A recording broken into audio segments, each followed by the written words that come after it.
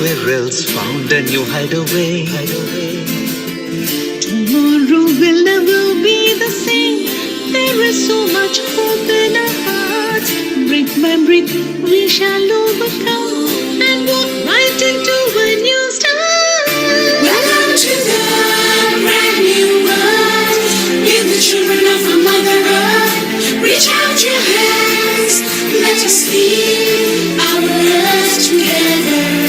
Welcome to the brand new world. Give the children of our Mother Earth. Reach out your hands. Let us lead.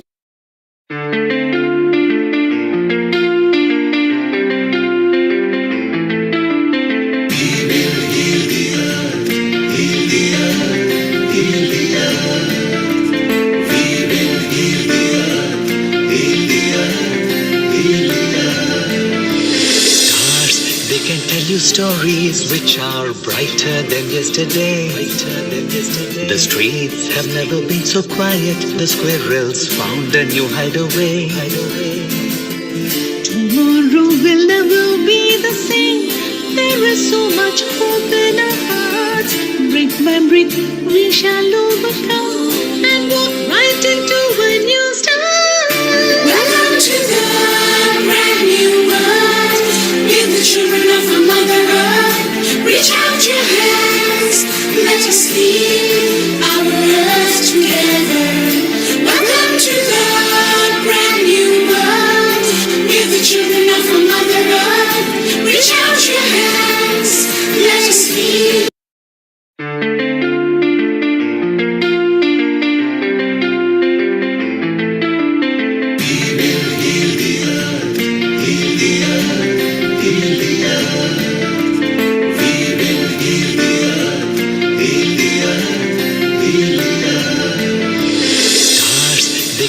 Stories which are brighter than yesterday. The streets have never been so quiet. The squirrels found a new hideaway. Tomorrow will never be the same. There is so much hope in our hearts. Brick by brick we shall overcome and walk right into a new start. Welcome to the brand new world. Give the children of our Mother Earth. Reach out your hands. Let us lead our earth together. Welcome to the brand new world. Give the children of our Mother Earth. Reach out your hands. Let us lead.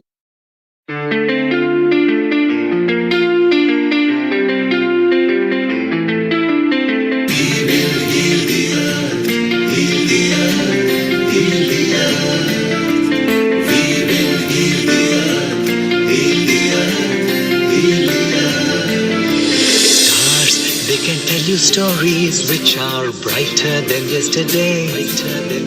The streets have never been so quiet. The squirrels found a new hideaway. Tomorrow will never be the same. There is so much hope in our hearts. Brick by brick we shall overcome and walk right into a new start. Welcome to the brand new world. Give the children of our Mother Earth. Reach out your hands. Let us lead our earth together. Welcome to the brand new world. Give the children of our Mother Earth. Reach out your hands. Let us lead.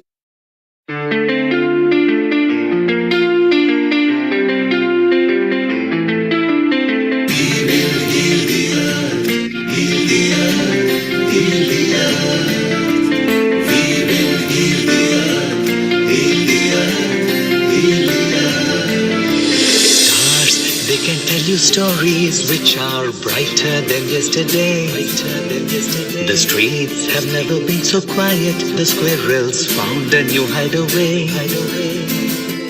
Tomorrow will never be the same. There is so much hope in our hearts. Brick by brick we shall overcome and walk right into a new start.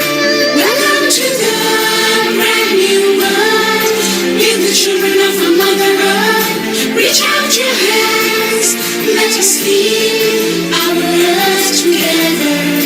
Welcome to the brand new world. We're the children of our Mother Earth. Reach out your hands, let us lead.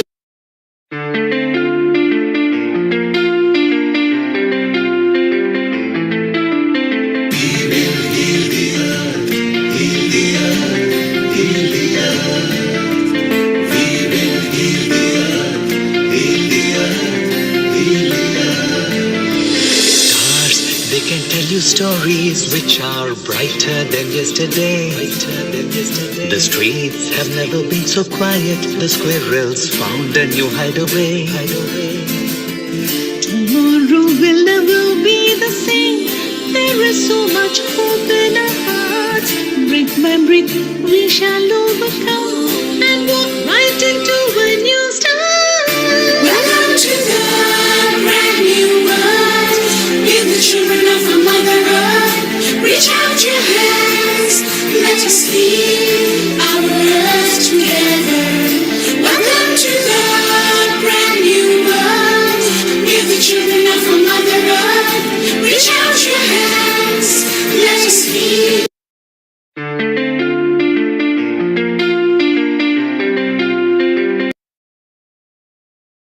10, 9, 8, 7, 6, 5, 4, 3, 2, 1. Namaste. Good morning, good afternoon, and good evening to all the lovely viewers of Feeling Our Earth. And I'm your host, Amrita. Today's episode is on World Kidney Day. World Kidney Day is celebrated to mark the importance of certain organs in the body, which primarily design our health, decide our longevity, as well as also give us a lot of other things that we need to kick on to know about why they are important. But before that, let's start with Gayatri Mantra.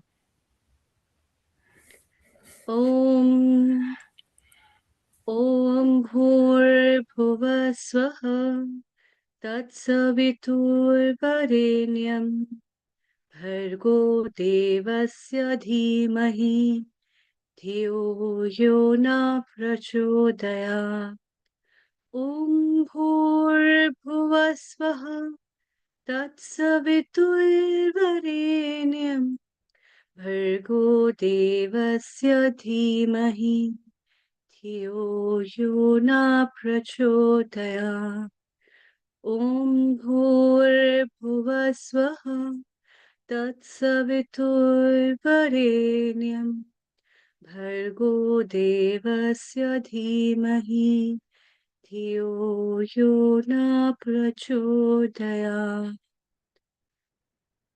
Om Shanti Shanti Shanti.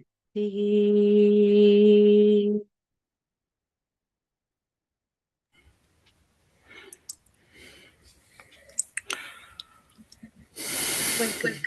As today we all celebrate Mother's Day in UK, I want to wish all the mothers a happy Mother's Day. Mom, you're the anchor, you're the strength and the truth. A love that's constant through and through. And on the Mother's Day, we celebrate you. Thank you for being an amazing crew. A mother that is always there to support, to guide, to be the one beyond which there's nothing and there cannot be anything. And that's why her place and her position can never be changed and never be taken by any relationship in the world. And today's episode, which is the World Kidney Day episode, also talks a lot about the mothers. Why and how and in what way, we will be discussing it with you all very soon.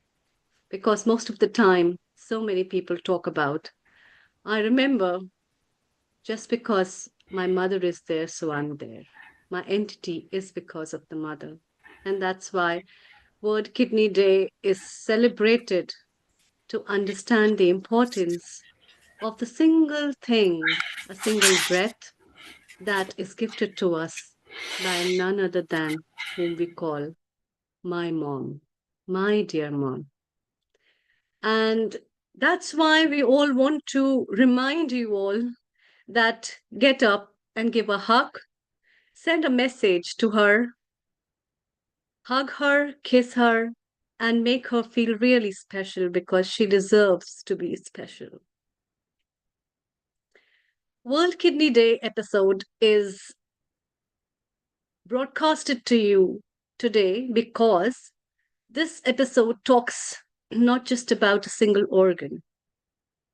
It's a very simple organ where whose function is to remove the toxins from the body, but people rarely know that beyond that it is doing many other things, and removing the toxins from the body is also very important, and one of the job moms also do for the kids. They don't know right from the very beginning of helping to know how to remove toxins from life, how to remove toxins from the body, how to love yourself.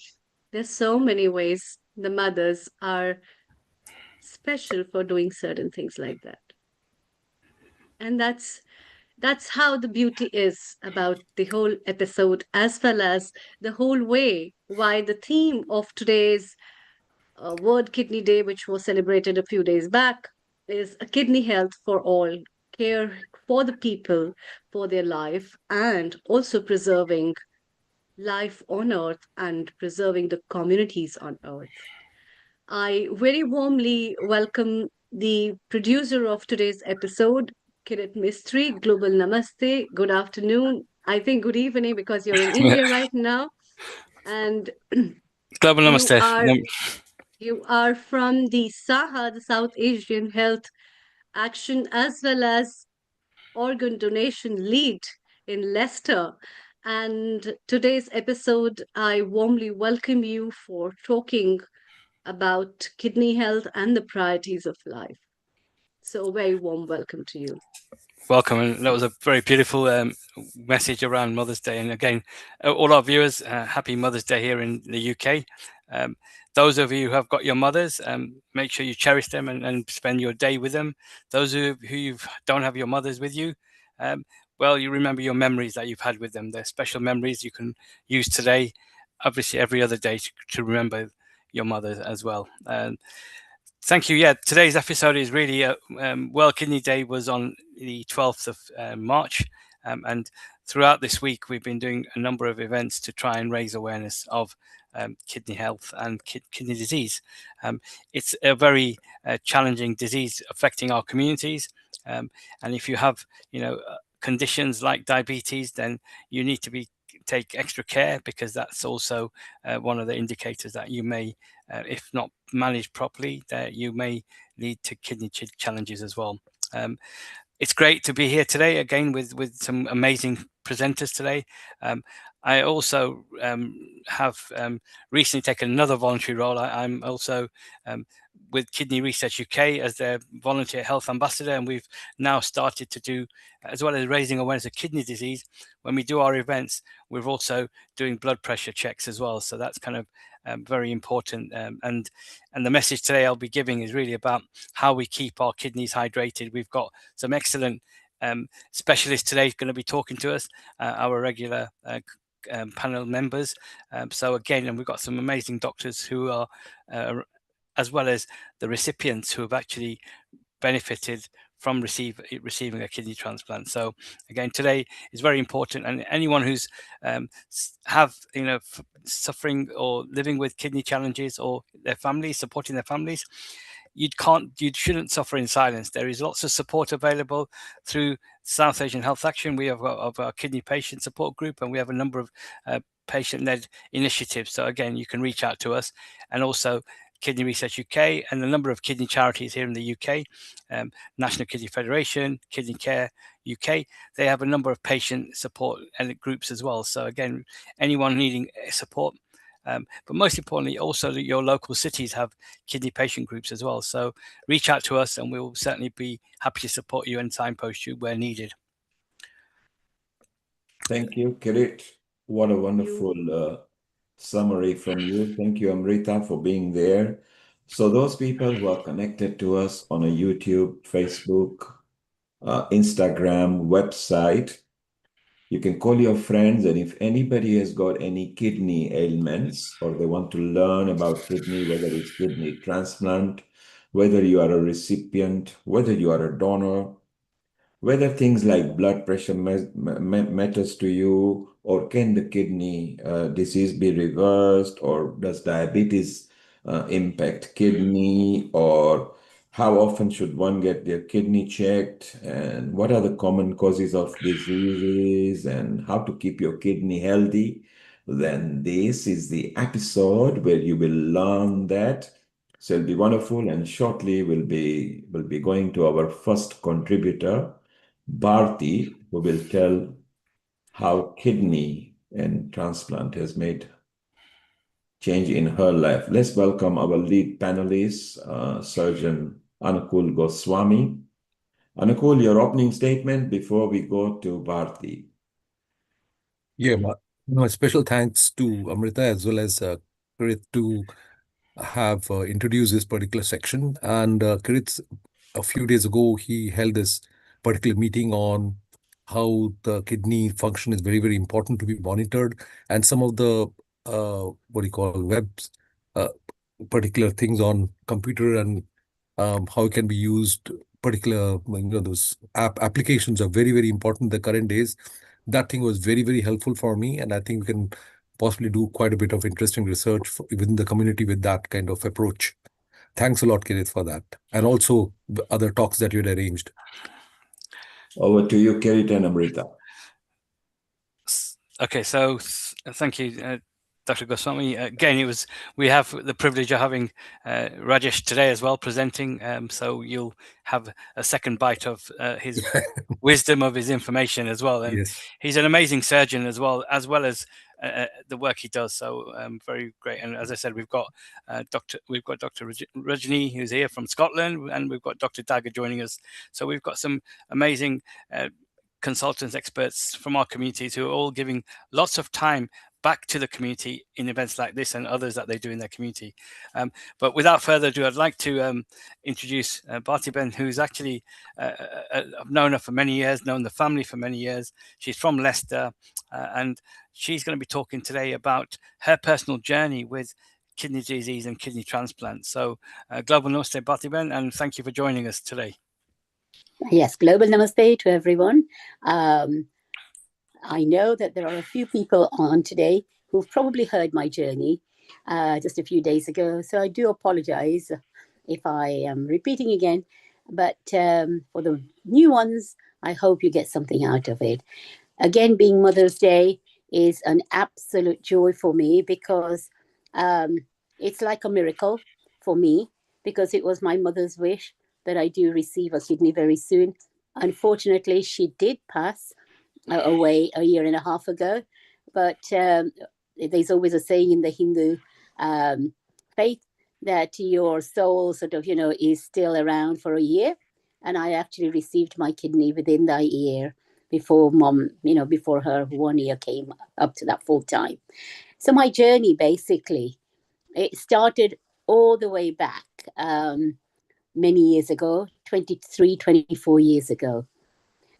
Again, with my blood pressure, which was not actually coming down. And the doctors had actually tried all the tests and couldn't come to a conclusion. Then was, and I was like, okay, what can we do? And I thought it was probably due to my father passing away recently at that time. So that was around, we're talking about 2001, 2002. And basically, because my father passed away suddenly,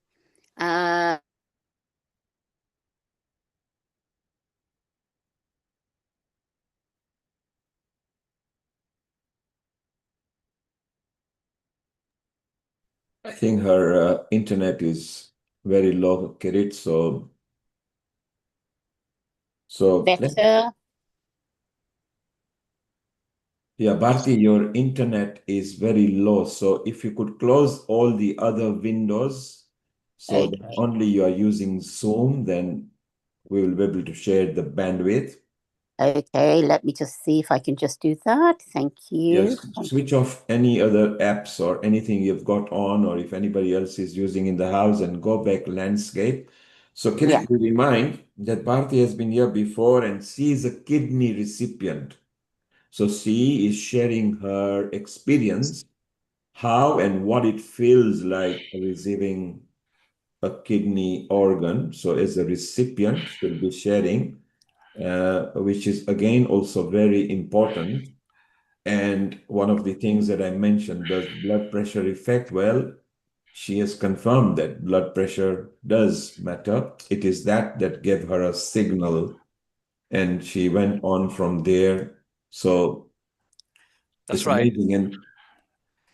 And Yes, and and later, Kirit, we are also going to have Hemali, who is also part of organ donation in India, where she will give some information about organ donation, receiving organ, donating organ. Bharti is back. Let us try Bharti. Bharti, do you read us? Over. I can hear you very clearly. Can you hear me now clearly? Yes, go yes. ahead. Okay. So basically, as I was saying, that it was my father who passed away in 2001. And because he passed away so suddenly, they did a post-mortem on him. I'd forgotten everything about it. And all my tests were sort of coming up with negative, with no reason on why my blood pressure was high, because always have followed a good diet. Um, my job wasn't stressful. I wasn't in any way stressed. They couldn't find anything else wrong with me. I wasn't suffering with diabetes. So it was like, what is it? What is the cause? The cause was not coming up. And as I said, there is obviously a mysterious creative power that always intervenes when they're supposed to help you. So I came across my father's postmortem papers, and I read in there that he had APKD, adult polycystic kidneys, so which none of us had actually known until he passed away, because he didn't need anything. He passed away at 69. So I actually took those papers with me to the hospital next time I had an appointment. And I showed that to the consultant, and he was like, oh, yes, now that could be a reason why your blood pressure is high. So they did further tests, and it confirmed that I had polycystic kidneys on both of them, and there was no cure, and I just had to manage it with blood pressure tablets and fitness, good, healthy way of lifestyle, drinking plenty of water, which was quite easy for me because I love water. So anyway, that journey started and it carried on. But I was actually, there were lots of byproducts of this condition. So I had aneurysms in my head, which needed to be sort of sorted. I had arthritis, osteoarthritis. I also had a hernia. And then I had to have hysterectomy because there was a fear that that might be cancerous. It wasn't, but that was something that did that. So anyway, it was the hernia which was actually causing a lot of issues because the kidneys were so large, they were pushing my hernia out. And every day I literally had to reset my hernia, the umbilical hernia, about 10, 12 times. It got to a point where it was very unbearable. And basically, the doctor says we'll have to operate, but because your function of kidney is now so low, we will have to actually have a fistula done first, because you will have to go under dialysis before we operate on the hernia. I did have an episode about 3 years ago when the hernia became unbearable. and I was admitted again. For whatever reason, again, it settled somehow. But I was told if it becomes painful again, they'll just operate without planning, just immediate operation. But it was by this time we had overcome the COVID, and I thought, okay, we will have to have I will have to have a fistula. So I actually had that, and then I went on dialysis in June 23, and then I had my hernia op that same year in October. And then, so I was going for dialysis 3 times a week, Monday, Wednesday, Friday. And you don't realize how precious your time is until you start losing 5 hours a day. And they couldn't give me, I had to have hemodialysis because I had already had a hernia op. So there was no other option. I was actually then called in last year in June to have a kidney transplant. And that weekend, the doctors were on strike, if everybody remembers. And I went in and I was told, you've tested positive with COVID, so we can't do the op. So I came back home. My sisters, who I live with, because as I said, mom has passed, they went away on the 1st of September. And I got a call on 4th of September 25 to say, we do have a kidney donor for you. Come in. And basically, I had my transplant. Then the real journey has started, because after the op, it was okay. I was taken in for about 8:30. I was out by 11:30. And I felt very well, no problems whatsoever. But then a couple of days later, the doctors realized that I needed blood transfusion because my blood count was so low. So I had transfusion twice. Otherwise, I was still very good and very fine. They have to remove the stent within the 6 weeks. And it was after this that I was left with an infection which did not want to budge. So the infection carried on, and it's played up with my kidney function going up, down. Mental state is probably the hardest sometimes to manage. Luckily, I am a very positive thinking person. But as I said before, sometimes people do not actually let you know what would happen after the kidney transplant. And sometimes I think it is better, because some people would probably start thinking about it too much and decide not to have it. And every single body actually operates in a very different way, even though we're all got the same sort of organs and same sort of makeup. The actual result, or the way your body behaves to an organ received, is going to be very different for every single person. And all I say is, having family, friends around you, having even the renal unit and all the doctors, nurses who are excellent here in UK. I cannot fault them in any way. The care is superb beyond anything. But as I say, it is a journey that is your own journey. And there are many, many tips, but one of the main ones is after a kidney organ received, is the intake of water. So important. And one of the things I have actually learned is drink as much water as possible during the daytime. And that really does help to flush everything out. There are other small things which are sometimes very personal. People think, is it really right? Not.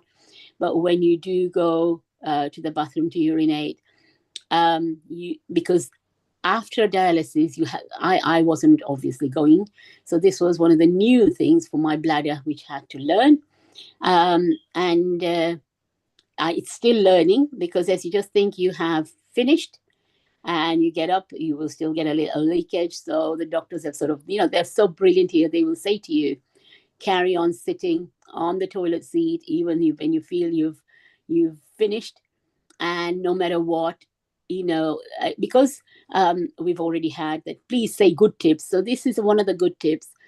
Please, please, please, whether you feel you want to go or not go to the bathroom, try and make your journey every hour, because that will get your kidneys and your bladder to actually work and function in such a way that it will reunite itself on how it used to function before dialysis, if you were on dialysis. So those are some of the tips. I am still coming around that obviously I had a restricted diet when I was on dialysis. I don't have a restricted diet now, but I still be careful. And it's really important to have good protein, good water intake, good fitness levels, and thinking really, really positive. And as I say, I still think this is a miracle to actually have this session on Mother's Day, because I honestly feel our mother's blessing is on me for this to happen. And Kirit, I can't thank you enough for actually including me in this particular session and the last session, because it's given me the opportunity to share something that I'm carrying. And there is a lot of emotions, which sometimes I wasn't this emotional before the transplant. And this is something I'm dealing with. There are times when all the medication you have to take will make you a little aggressive, unsure of how you behave when people say things to you. And these are all the things that you learn. So this is where I am going to stop. But thank you for giving me the opportunity. No, Parthiban, thank you, because it's your experiences, and you're the positive role model that people going through their journey really want to hear from, and we are just a vehicle to try and make things happen and get the awareness out. But it's really important that you share your personal story, and that's the real importance. I know. Just one more thing I forgot I mentioned, Sure. and that was early this year. We actually traveled to India with my mother's ashes. At the main Kumbh Mela, I was still on dialysis. Sorry, not this time, the last one. And I was still on dialysis. And this is where I actually want to thank all the doctors in India as well, because they were excellent when I actually had dialysis. I have found it sometimes more difficult to get it here at different places in UK. But in India, I was traveling everywhere. So I traveled to Ayodhya, Porbandar, Prayag, Agra, and all of those places. In all of those places, I was able to get dialysis very easily. And I traveled with my mom's ashes, so she was there with me all the time. And this is what I'm saying, that when you have something that you can actually hold on to and the blessings are there, it really, really does work. So the doctors, wherever in the world, you are doing a fabulous, fantastic job. But there needs to be so much more awareness, because the kidney disease is so much on the rise, especially for the younger generations. And I, for one, definitely would like to participate in something where I can create this awareness as well. Thank you. Sorry, Kirit. No, thank you. And it's great to have Rajesh here with us. Obviously, although his presentation is not going to be touching on protecting your health and kidney health, but I think one of the kind of key messages that you've highlighted, Rajesh, how could one obviously keep good kidneys is kind of what our viewers wanting to kind of hear from as well. And what would be your kind of, I know Bartiman mentioned in terms of water, fluid, and keeping your kidneys hydrated. What are the other key messages that you would say to keep good, healthy kidneys? Yeah, I mean, firstly, happy Mother's Day to everyone on the call and people at home. And to answer your question, Kirit, I think it's really firstly the self-awareness, that, and I think Pratibha touched upon the fact that she didn't know about her father's issue. So, which means we need to start discussing with our family. When we have a health issue, I think that's the key starting point. I mean, when we talk about organ donation, we talk about talking about death with the loved ones and sharing our decisions. I feel that we have to go back all the way. And I would say that, there is a lot of hesitancy in sharing our personal health with the loved ones because of the fear of causing undue stress to others, i.e., the loved ones. But I think that's the one thing I would say that will help to start the conversation. And the second thing is really the reason my talk goes on to digital technology is that how can the information be shared across? Because, people come to my clinic, we have a conversation, and that's it. What does the family know? So the reason I went from basic science academic surgeon to digital academia is really look at how we can break that cycle. I mean, some of the technologies which I'll talk about, and I spoke a few days ago following a kind invitation, is really for me to change that narrative where why should the patient, in addition to struggling from their health, has to remember every part of the conversation? Why should they need to be remembering about every aspect of their medical care? Why should they need to be the one following all the things? So that literally led me to transform to digital technology and research in this space. Yeah. So for me, really, one key message would be that please share with the loved ones without the fear of stress, adding stress to them, because they are resilient.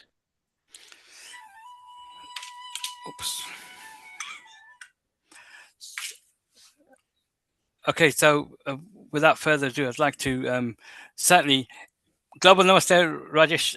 I want to do it properly. So, Global Namaste, welcome to Healing Our Earth for this special episode on World Kidney Day. And clearly, you're an amazing, outstanding surgeon. You've done lots of transplants in your time. Glad to also have you as part of our Rotary E-Club for Organ Donation UK, and also really the work you'll be sharing today in terms of digital, as you mentioned. And again, we need to kind of get patients to become better digitally savvy as well in terms of because that's a game changer and a life changer as well. So I'm going to let you. Rajesh is also from. He's a transplant surgeon, but he's also performed the first to my knowledge, the first living kidney transplant on TV. So again, without further ado, I'll let you carry on, and thank you for joining us today and taking time. Thank you. Thank you. Firstly, a pleasure, and Kirit, again, thank you for inviting me to join you all in this conversation. And I'm listening to Pratibha second time. And the one thing it always reminds me is that I think one of the surgeons long time ago said, which I think every doctor in here, everybody will say, which is that I think it's true. The transplant surgeons, we give life to patients. We save patients by giving them an organ. But actually, it's the patients gives the meaning to what we do. And I think it's the power of the patients recovering better and enjoying a life, what was expressed, that gives us strength to move on to do more. So I think for me, really, that it's actually the patients gives us the enthusiasm and the strive to proceed in this space. So here, I'm going to talk about clinical entrepreneurship. The reason really why I'm going to focus on, I mean, I even requested Krit to talk about is really to see how we can take control of our well-being. What are the solutions available? Or how can we, whether you're a patient or a family member or a clinician, how you can be involved in designing technology solutions which can help ourselves and others as well. So with Rajesh, if you okay, can hear me, yep. you are sharing the screen with your desktop. We can't see your presentation. If you could kick your presentation in, please. Okay, let me see. I'm going to put it on the full screen mode. We are seeing your complete desktop, everything you've got on there. So if you could either stop it and either bring Yep. your presentation, so we are all together with it, because Can this people is see? going to be very useful for people. Thank you. So if you stop screen share, then start again. Make sure that on your computer, the Okay, let me start presentation, again. I'll yeah. stop and then I'll screen again. Yeah. So for those people listening to us, Rajesh is a two-class renal Better? consultant. Yes, 1954. Is that your You're able first to see the slide? screen? Yes. Yeah, we got 1954 and And who has come Can second people see 1948? the image on the screen? Yes, we can. We can see you, yes. Okay. Screen. Okay, let me start. Thank you. Yeah, thanks for pointing it out. Yeah.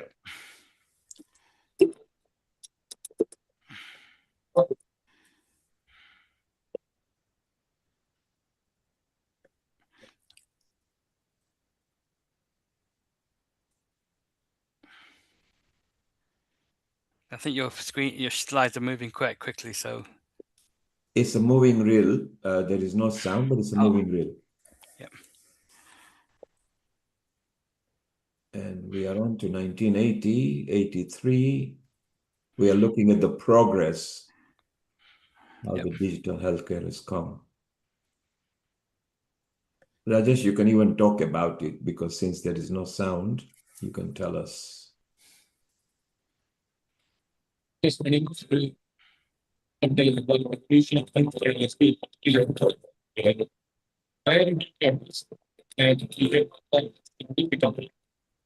Okay, Rajesh, you are cutting off. If you can hear us. Can you hear me? Yep. We can hear you. You can talk over your reel. Yeah, sure. We are on 2000. New frontiers. We are on the new frontiers now. So the new thing is really looking at what are the challenges we're facing.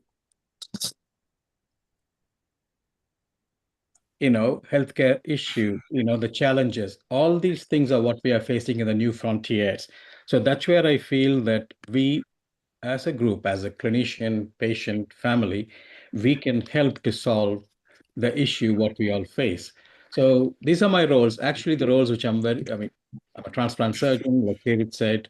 I've been active in promoting healthcare innovations across the globe and also enable integration of these solutions in addition to developing it as well. So when we talk about clinical entrepreneur, often I think I always reflected upon what is the definition of an entrepreneur, particularly a clinical entrepreneur. When you talk about a clinician or a specialist nurse or anybody, often it is empathy, patient-centered support, problem solving, a good listener, learner, and they collaborate towards the patient to help them better. When it comes to entrepreneur, we always separate us as somebody who's business oriented, want to make money and want to progress in their life, and of course have leadership qualities, and they understand risk and they're resilient. And the third part is the one which is very interesting, which is scientists. A lot of clinical people involved in clinical care often do research. So they are curious people, analytical, very structured, they can innovate. But then for me, the issue is that these are three different people. And that is where, for me, clinical entrepreneurship comes in. That is for me really somebody who can combine these things. So they can combine the ability to practice with those skills, understand the business acumen and develop the solution further, and be a scientist to make sure that the solution which is developed is validated and can be implemented like any other solution, whether it be a robotic surgery or a tablet for immunosuppression. So therefore, for me, really, the healthcare professional who wants to become a clinical entrepreneur, they have to combine all these skill sets. And that is where I think it's very interesting opportunity for all of us to strive to do that. But then this is not a new thing. Entrepreneurship is there for centuries. We have been entrepreneurs. If you think about the early healthcare systems like Mayo Clinic or Apollo hospitals in India, they are not clinicians, but they are entrepreneurs involved in healthcare system. Then, of course, in 40s and 60s, there were a lot of technologies came in, mainly hardware technologies, where if you look at it, there's a graft called Gore, which a lot of patients on dialysis would know. That is decided by a surgeon who decided to do that. So therefore, really, out of the necessity, what he sees with this patient, he developed it as is, if you go back in time, vaccine development, Marie Curie, all these people were involved. But that was the time where they were doing a lot of innovations with regards to medical devices. After 60s, the biotechnology comes in. A lot of the medications were developed, but here it is a combination of scientist and then a clinician combining together. So again, it is not the single individual, it's people combining together and having their own companies. And some of the companies are now, they are unicorns in the global space. After 90s, digital health came into space. And this is where I think physicians really started understanding the role of clinical entrepreneurship. And I think it was early on physicians, but I can guarantee you there are equal number of nursing colleagues and physiotherapists. If you look at the landscape in India, where I'm very familiar with this space, and in UK and Europe, I would say that clinicians take a bit more, sort of a few percentages ahead, but the nursing colleagues and everybody is in this space competing, and digital health facilitates that one. And since 2020, with AI and precision medicine, we actually lead. And here is the point where I would want this to be converted to clinician and patient led. That is one of my goals for the year and the coming years, where I want patients to be part of this journey. I want the patients to be leading this journey. And at this point, I thought, why don't I share some of my journey, some parts of my journey, and also share with you some real world examples to assure you that it doesn't have to be a curiosity or an opportunity or it's something you want to wish. It can happen, and I can take you through how those processes can be. But the talks simply revolves around the fact that the purpose of the whole innovations and all these things are to focus on how we can advance patient care, how we can personalize the patient care, how we can give the autonomy to patients more in managing their difficulties and have their families and the loved ones with them without the constraints of distance, language, various other limitations what we all have. So this is a company me and my brother we founded 2010. I think you could see that we were fortunate. We started with the dentistry and then we worked through various other solutions, and we have collaborators across the globe, and we facilitate various parts of various types and parts of opportunities where we come in to collaborate and guide and market them beyond the bench. And when you look at our collaborators, you could see that the healthcare, we've got a few partners. We looked at the education as well, because for me, you can't just go for healthcare. You need to be able to address the other issues as well.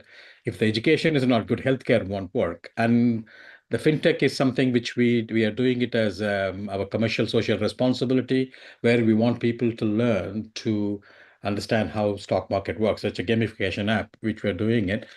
And if you look at the academic institutions as well, it's a wide and breadth. In India, IIT is working with us, IIT Chennai and Hyderabad are working with us, and now there are more partners coming with us. And this is really over about 15 years, this journey. If you think about leaving the COVID, where we were more of phone calls. And these are some of the solutions what we were either developed it or part of it.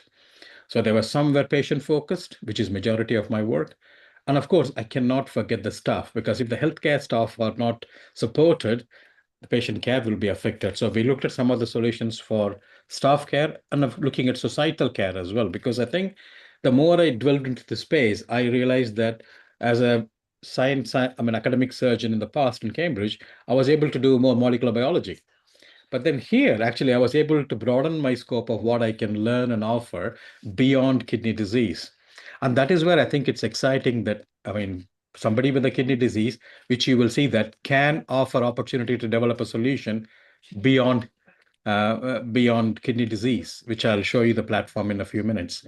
So the first solution is really looking at what's a patient safety. Patient safety is of twofold. One, the hospital being safe with what they do, and the patient being safe in what is being done to them. So this is really a digital co-pilot which we developed. It works like a flight deck. It listens to you. It's an app on your phone. It documents everything. We looked at the instrument counts in the hospital, and now it is becoming a part of ward rounds. So when a nurse or a doctor or anybody goes and checks a patient, there'll be a checklist. If they didn't complete that, there will be a prompt given to them. If they measure the temperature and they forgot to do blood pressure, it will say, hey, have you checked it? And this is now implemented in some ambulance services in west of England. And also we are looking at some other partners in India to look at it. Because what I wanted to do was, can the patient have this? So that when the person comes to see them, can the patient can have their own checklist? Because at the moment, patient often listens to what we say. So we are now looking at two things I wanted to do before giving it to the patient, but I'll be delighted to engage outside to try that without it. I wanted to get the sentiments by the way a person talks. Can we assess fear, anxiety? And there are tools available.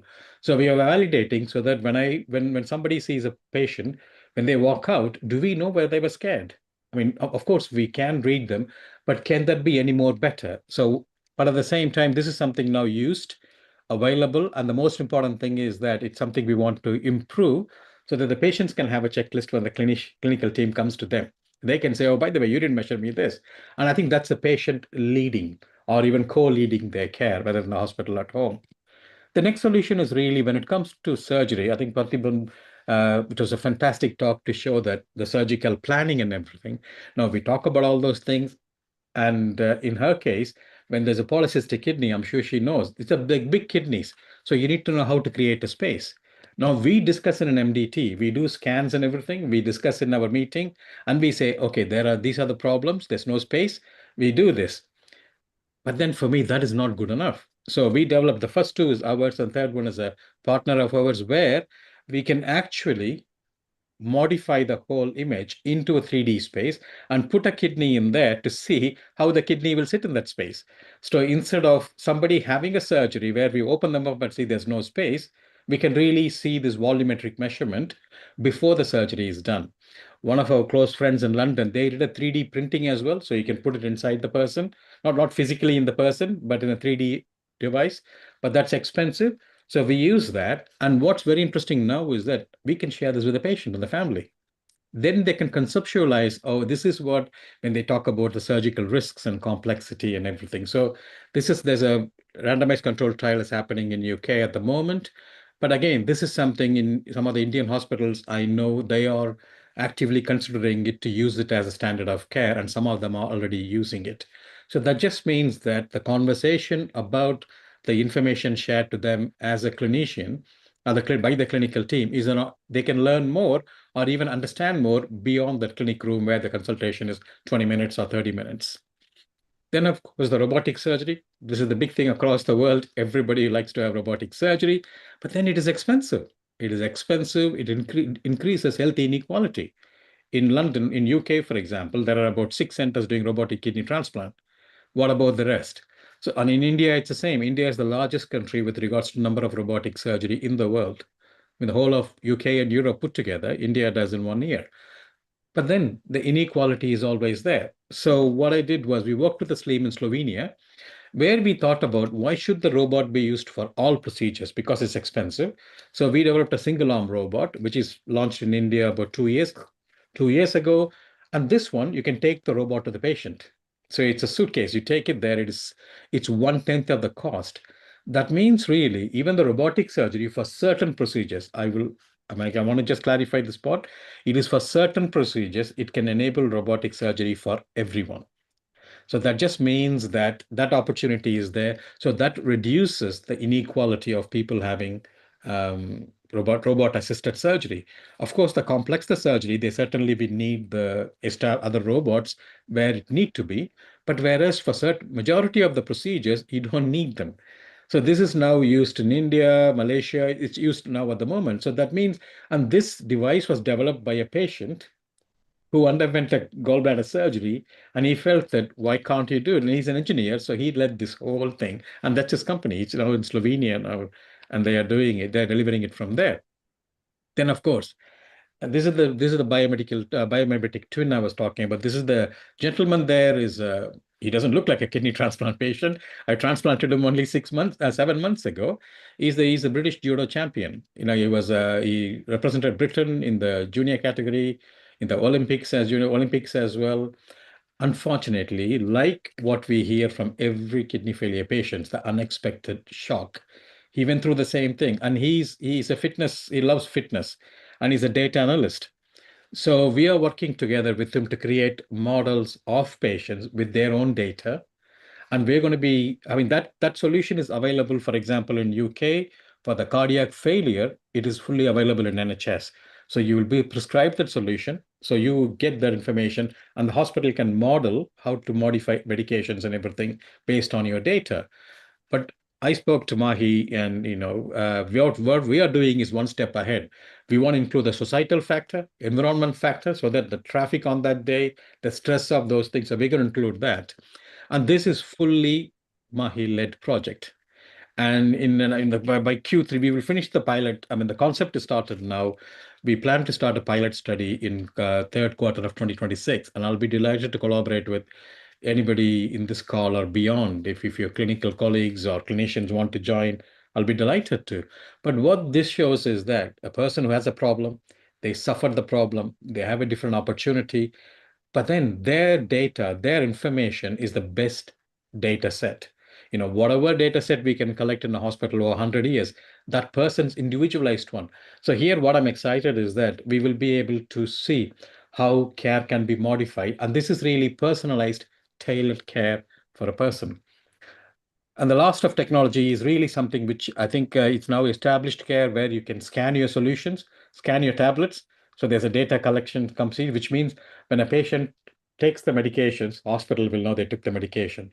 So this is something now established at the moment at the operational level to improve the efficiency of procurement in the hospital for medications and devices. We are going to do a small study where patients can, every time they take a medicine, they scan it so they know that they took the medicine instead of remembering it. So that just means that for them, the app is on your phone. So you scan it, the data is yours, you don't share with anyone else, but that's what it offers. So hopefully that gives you an idea of some of those opportunities, what is available. And I'm going to wrap up my talk with just covering on few things about the key issues and things to consider. When you talk about all these solutions, does people trust? You can see this survey done in 2025, which shows that countries like India, Brazil, China, they are way ahead with regards to people willing to trust and accept solution.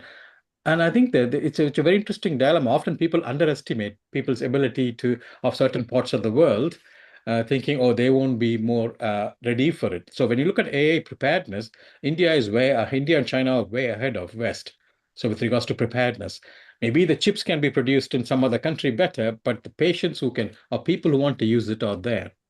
Then, of course, people are happy to use it at work as well. So it's not just for their life, for work as well. But what's interesting is this image. When people were asked, what would you trust the most? Where was it developed? Is it developed by a company, technology company? You could see it's lesser. Whereas if it's developed in a national university, the trust is the most. That is where I think the clinical entrepreneurship is so important, because when it comes from a provider who also provides the healthcare, although they are partnered with industry partner, that they're being developed there in an environment where the people are aware of what the challenges are, the trust is significantly more. And that will reflect when you hear the stories about a lot of innovations never really crossed beyond certain boundaries is because it comes from a company. So therefore, the trust is not there. But then what's the trend at the moment? I mean, the graph on your right is that it just shows, regardless of the labor, the cost is going up. But if you look at the innovations hubs across the world, regardless of which region you are, there are countries increasingly having innovation hubs. This is really to accelerate people who are interested and give them a framework. India has got some few phenomenal funding projects, which one of our collaborators got a grant as well. And these are all to accelerate their efforts. But then the trend is changing. If you look at early 2000, electronic documentation was a big thing. Then it was regenerative medicine. Then it was telemedicine, and then robotic surgery. Then it comes to the mixed reality, what we told about. So even the market is moving as well. So which means when it comes to designing a solution or thinking about designing a solution, it's extremely important that we are aware of the trend. Because if a solution is developed, which was needed in 2001, that might not be relevant at this point in time. It may be useful, but not relevant. Then, of course, I'm just going to share a quick study we did with 125 people, what's nearly 540 people, and 96% of them said they want to have entrepreneurship. Now, the reason I put this up is because future colleagues, healthcare professionals or beyond, they want to have an alternative career. So we can't hide away from the fact that they will be 100% to one type of career. They want to have an alternate career as well for various reasons, which I think many of us can extrapolate. But then when you ask them the details, often they say they want to do it because of passion, commitment. They want to accept the challenge and deal with it. So they're not doing it. I mean, if you look at the money, it's not there at all. They want to deal with the problems, but at the same time, they want to have an alternate option in addition to their primary career, maybe an engineer or a clinician or a nurse. Then when you ask them what time, they say time is never matters. Undergrad, postgrad, any time. So that means really, I expect there's a shift in the society in looking at how people want to have a professional career. Then you ask them in the healthcare where it is, you could see that they're always talking about diagnostics. But then most of them want everything, outpatient, inpatient, patient information. So when anybody is thinking of a solution, they can really look at every problem what they face and see how I can solve it. And it's really the tips of how it can be solved. And the other graph just shows that how important it is to understand the problem and having a patient with you in deciding it. And the last two are just to show you that this is really having a mentorship early on is extremely important when it comes to doing it. And this is a wonderful survey. They're all under 25s. And it's exciting for me that we need to offer a framework for these colleagues where they can pursue that with confidence. And this is where I coined this my 5S approach. It's basically when you have a question, start studying it. Don't just jump on it. Take a bit of time to start studying, understand the importance of it, get more insight. If you're not a patient, talk to patients, get them on board with you. Then have mentorship. Now with online, I mentor students in IIT, and we have a call once every 2 weeks and we look at their progress. Their professors are on board, and the same with us and another team, and one of our team is doing it with in Stanford. We are doing it, so therefore really the distance doesn't matter anymore. And of course, have that business acumen. If you're not, have somebody with you who can really make that plan real and scalable, because often that is the worst, where you work hard, you do everything, but it's not a scalable solution, means it fails. Then finally, remember a way to sustain them, because if a solution is not sustainable, it's not a solution which is going to stay. So therefore, really, this is a quick tip for how people can think about if they want to pursue a career in this space. And final things are that I don't see a defined trait for these things. I mean, you don't need to be Elon Musk or anybody to do that. It's just somebody who is interested in trying to look at the problems around us. And I run medtech conferences. I attend medtech conferences in India. I'm going to be there in June, May, end of May, hopefully, with the situation in Middle East. Joining those events mean it opens up that connecting opportunity. But the key suggestion I have to everybody is that we just need to have a balance. We can't just struggle with one or another. There has to be a balanced approach.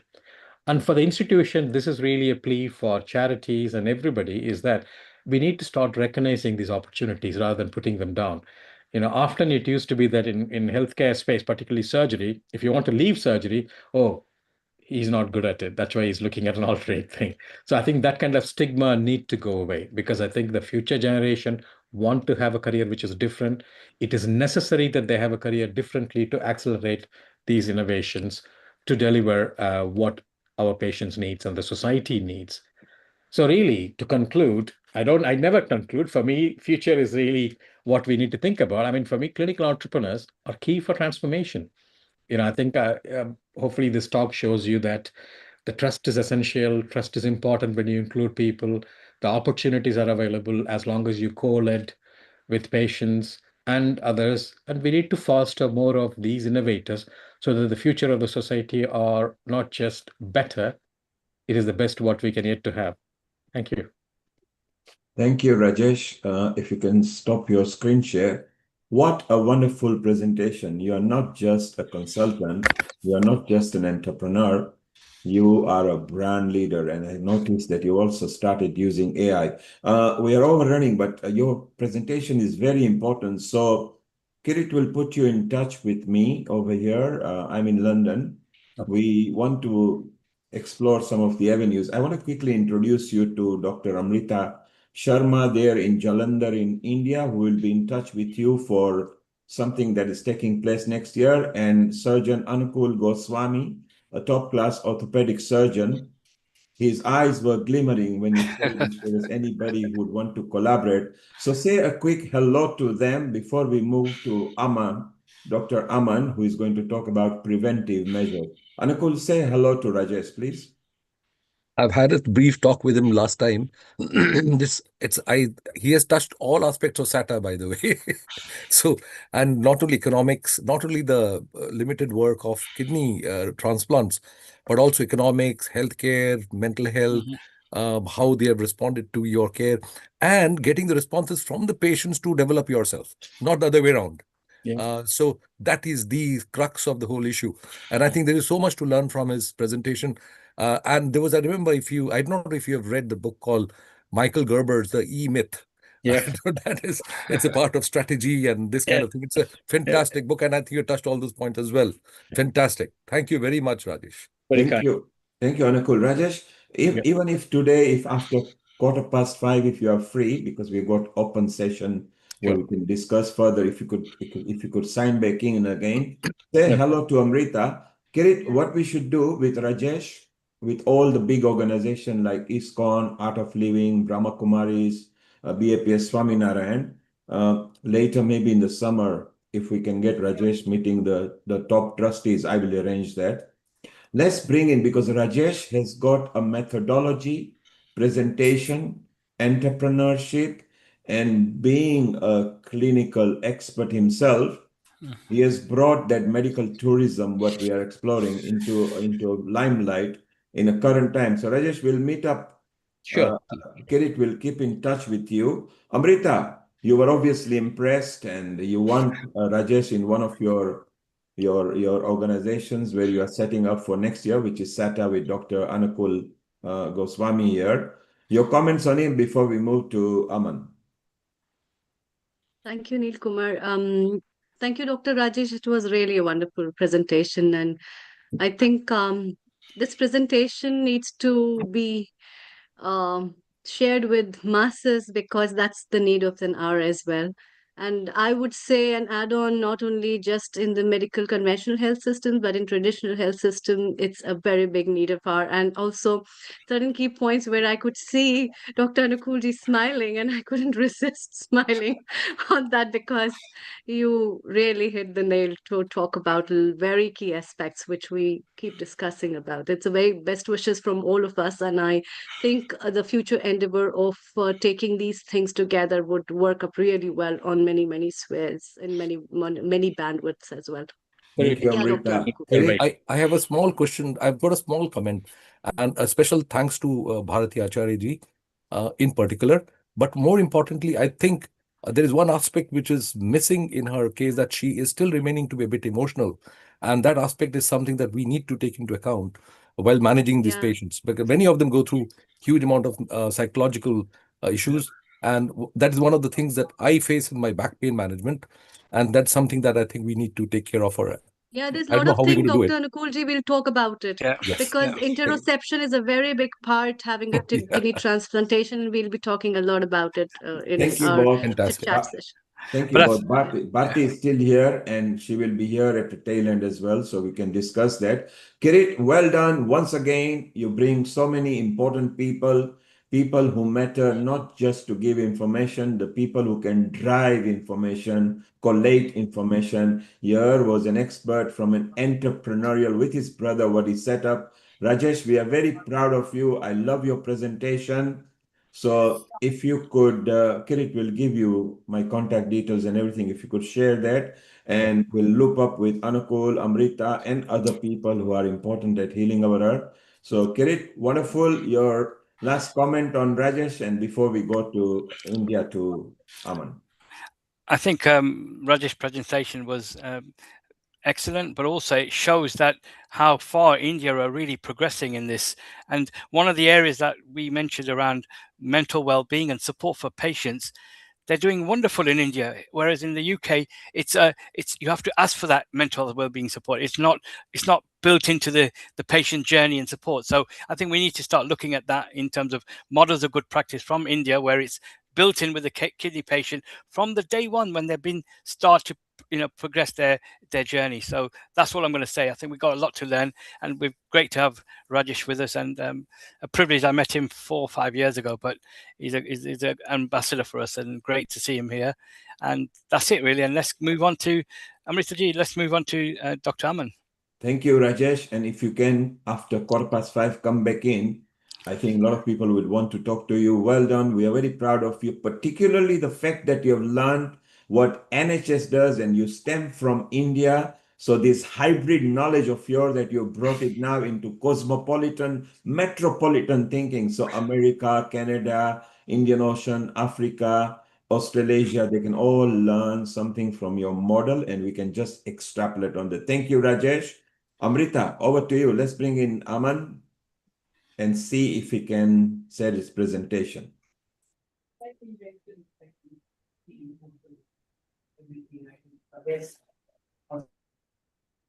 Aman, are you there? You haven't got your video. Yeah, hi, I'm there. Yeah, Let you me are see a if I co-host. can. Go ahead and share your presentation, please. Yeah. So over the next 5-7 minutes, we'll talk to Aman and then we'll go to Hemali, who is going to give different light to us, particularly Yeah. organ transplant as Dr. well. Aman, can you Yeah, switch on your video? Is it unfortunately, I'm possible? not able to. Yeah. No, it's not happening, unfortunately. It's simple. If you go on your left No, I know exactly. I taskbar, know how to be done, but there's some glitches in the system which are not allowing me to switch on the video and share the Dr. screen as well. Aman is a Yeah. senior consultant and assistant professor in urology and program director of kidney transplant at Amrita Hospital. Amrita is the largest private hospitals in India with a capacity of 2,600 beds and a world-class infrastructure, research center, and a medical college. Dr. Aman's area of interest include kidney transplant, andrology, and endourology, with experience of more than 1,200 kidney transplants and more than 10,000 surgeries performed so far. He has published 12 publications, delivered more than 100 lectures, mentored 2 residents every year in urology and transplant, co authored 3 books, worked in India, Tanzania, Uzbekistan, and Kenya, a multilinguistics who speaks 5 Indian languages, runs an NGO to support girl child, and also loves playing saxophone.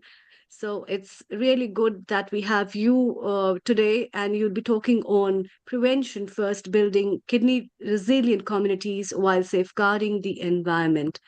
It will be a good Uh, combination to hear Dr. Aman after Dr. Rajesh, and we can have a combined chit chat over the discussions as well as the Hi, Amrita. expertise that they yeah. Thank you so much, Amrita, for introducing me. Unfortunately, I'm not able to open my camera or share the screen. So Can you meanwhile, I'm join trying with to your work on it. mobile If or you can. something? are you? Yeah, you can join from your mobile phone. Try joining from your mobile phone, or less for 5 minutes. Just chit chat some of your tips. Yeah, Aman, sure. Meanwhile, I have can. you got a Yeah. presentation? Yeah, I have a presentation though. So you can share it because you are co-host. I'm unable to do that. It's not allowing me to. The Well, system you is are not a allowing. co-host. You are a co-host. You are a I, co-host, which means you've yeah. got power to share.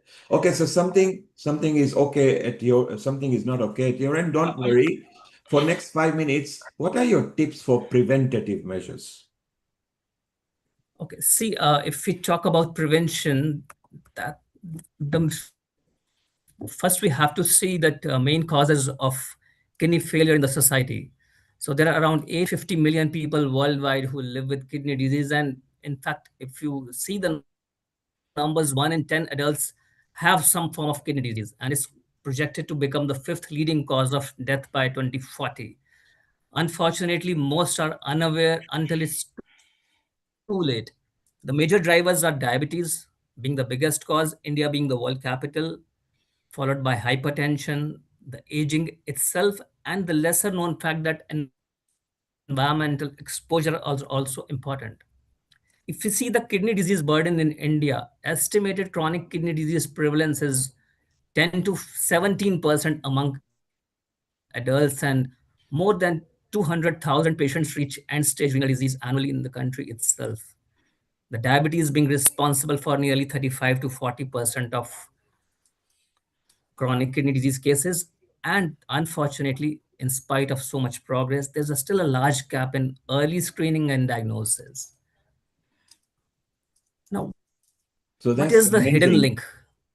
amazing. Yeah. Aman, your Yeah. points and tips will be very useful. Yeah. We can go to the next contributor, and over the Sure. next 10-15 minutes, if you got anybody's mobile Sure. Meanwhile, I'll phone, try to work on that. yeah, you Yeah. try to go on a mobile or something, and we'll take you back And after then we 10, work on 15 that. minutes, okay? That's right. Yeah. or Dr. Aman, you can share your presentation with Amrita ji, and we can then try I that can way do as that. well. Yeah. It will not Okay. work, Kirit, Oh, because we will have okay, to Okay. go. So, okay. Aman, try after 10, 15 minutes, try to join Sure. from different instrument, okay? I'll do that. Let me do that. Yeah. Brilliant. So meanwhile, Amrita, because I think his points will be very useful. It's an alternative way of giving people tips, and we can actually also learn. So Aman can try to join back again. We got Hamali here, Kirit, very useful contributor. She will be giving a different and shed different light. Kirit, go ahead and introduce Hamali in India.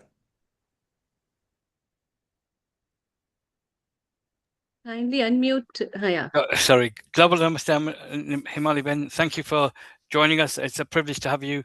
And also, we've connected through the Rotary Club of Organ Donation. And currently, Himali Ben is the president for the Rotary Club of Organ Donation and a recipient as well of a kidney transplant. And most importantly, a background is also, correct me, from nutrition and that area as well. So we've got a really great person here, and we continue to do some work. So Himali Ben is going to talk to us about a particular project that is changing people's lives. So thank you. Thank you, Kirit bhai. I'm just going to share my presentation.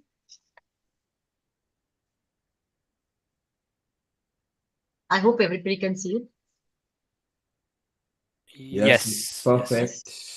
If you could maximize it or put it on a slide. Yes, I'll do that. And Hamali is the current president. Okay. Yes, Yes, perfect. is that Hamali, okay? go ahead.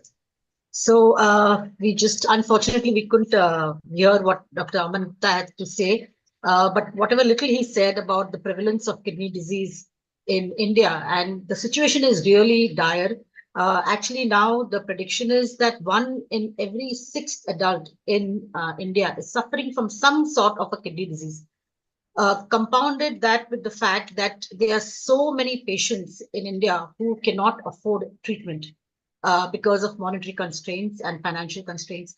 So though they have a kidney disease, though they are willing to undergo treatment, because we don't have a sound public healthcare system, they are not unable to go through the expensive treatment that a kidney disease demands, especially when it comes to transplant. So we at the Rotary Club of Organ Donation, we are a cause-based club. Cause-based is that we focus entirely on organ donation, and not just organ donation, but also organ health and prevention of organ failure. And we do this through education, awareness, advocacy, and philanthropy. Yes, we do a lot of advocacy also. We talk to stakeholders, to government agencies to change the policies in India regarding organ donation and transplantation, right up to the central ministers. So we at Rotary Club of Organ Donation, we undertook a project which is called as the Lift Up Project. And this comes under the purview of Rotary's Global Grant. So just to give a background to people who didn't hear my talk a few days back about what is a global grant. So as we all know, Rotary International is the biggest non-profit organization in the world, spread over almost 140 countries. And we have more than about 4 million Rotarians all over the world. And basically, a global grant is a very high impact funding program of the Rotary Foundation, which supports large scale and sustainable international projects. And these grants usually range from 30,000 US dollars to up to 400,000 US dollars. And they focus on 7 key areas, which include peace, health, education, environment. And you have to have that project which will show some kind of a measurable community driven impact, in the sense that when you finish the project, it has to have impact on society that can be easily seen or that can be measured. Now, our Lift Up project, it is very unique in the sense this was the first project in the history of Rotary to have received a global grant. So far, our club has done 2 Lift Up projects, the original Lift Up and the Lift Up 2.0. And the first Lift Up, I'll just come to that, how much we have raised for that first Lift Up and the second. But both the projects total, we have raised more than 100,000 US dollars. And we have about 300 beneficiaries. We have 13 beneficiaries who will be benefiting from both these projects. So what was the trigger that made us go through this?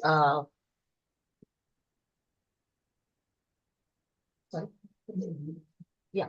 So what is the trigger that, made us undertake this project? So this is the story of Kamini. Now, Kamini was a 21-year-old girl from a small town called Dahod in central Gujarat. and she was suffering from liver cirrhosis, non-alcoholic liver cirrhosis. Our charter president of a club, his name is Rotarian Anil Shrivas. Basically, he is doing a lot of pioneering work in organ donation awareness throughout the world. He drives around the world. He has so far visited 79 countries, spreading the message of organ donation. He also participates in World Transplant Games. He has won medals for Team India. So, on one of his visits to the state of Gujarat, which is in the western part of India, in his car, which has all the stickers and all the slogans about organ donation, he was visiting this town, and this girl's father, he's a driver, he spotted this car and he went up to him and he asked him that, sir, what is this organ donation? So he explained to him in very brief, and he said, my daughter is suffering from some kind of a liver problem. Can you help? So he went to their house, and they showed him all the reports and all. And then he found that she has liver failure. She's very close to liver failure, and she will require a liver transplant very soon. And when he talked to the family, he found out that they have been to Mumbai. They were taking treatment from some doctors in Mumbai. Unfortunately, the doctors never told the family about the concept of a live liver transplantation. So they said that she has to wait for a deceased donor to donate a liver, after which she can go undergo transplantation, which may take anything between, say, 6 months to a year. And she didn't have that amount of time with her because she was in a very critical state.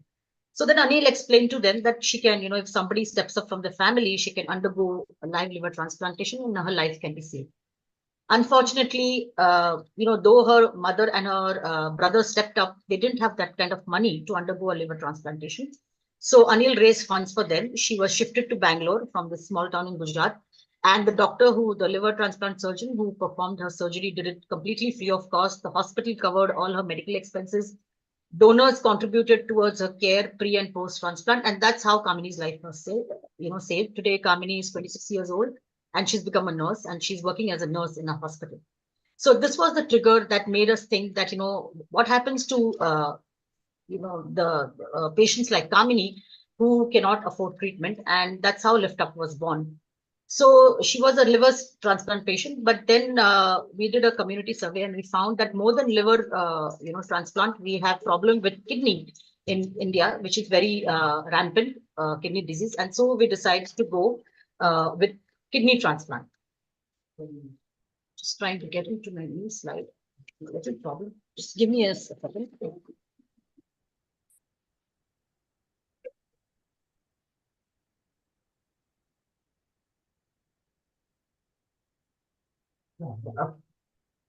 So when we decided to go with kidney transplants, this is the kind of a community survey we did just to find out if this project is going to be viable, or all the efforts that we are going to put in to raise funds is going to work for us.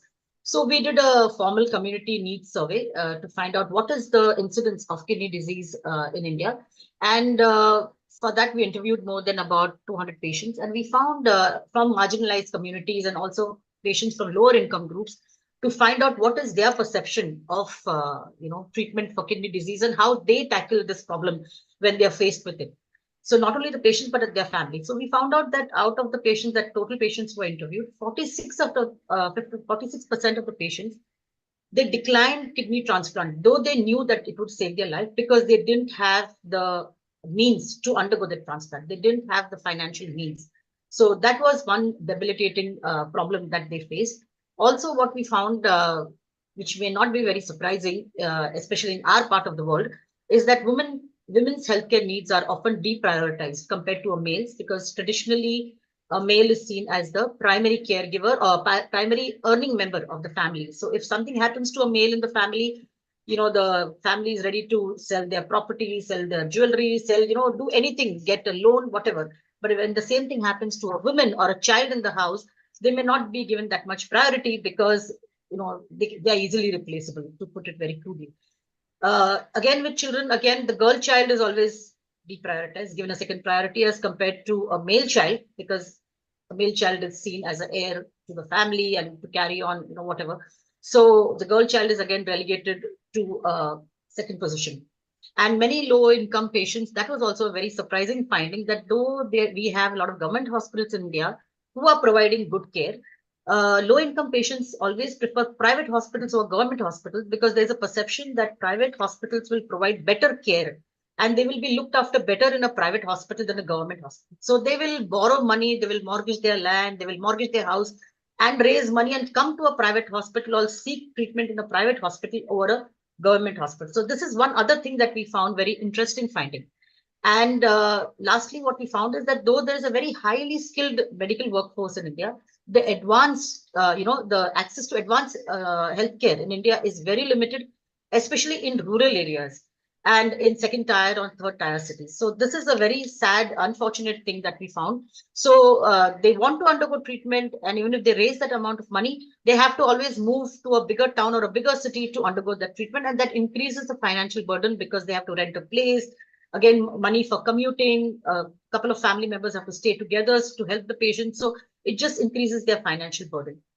So I'm not going into this slide because this says what a global grant requirement is, but basically just to put it in 2 lines, that whenever we do a global grant project through Rotary, we need an international partner. It has to be an international Rotary club. For example, if I want to undertake another global grant project in my club, which is India based, I will have to seek an international partner, maybe somebody like Kirit Bhai's club in UK, who will help me carry on this project. And they have to contribute funds. If they don't want to contribute funds, then I have to find a donor in India who is ready to give me substantial amount of money to carry on the project. So what does Lift Up stand for?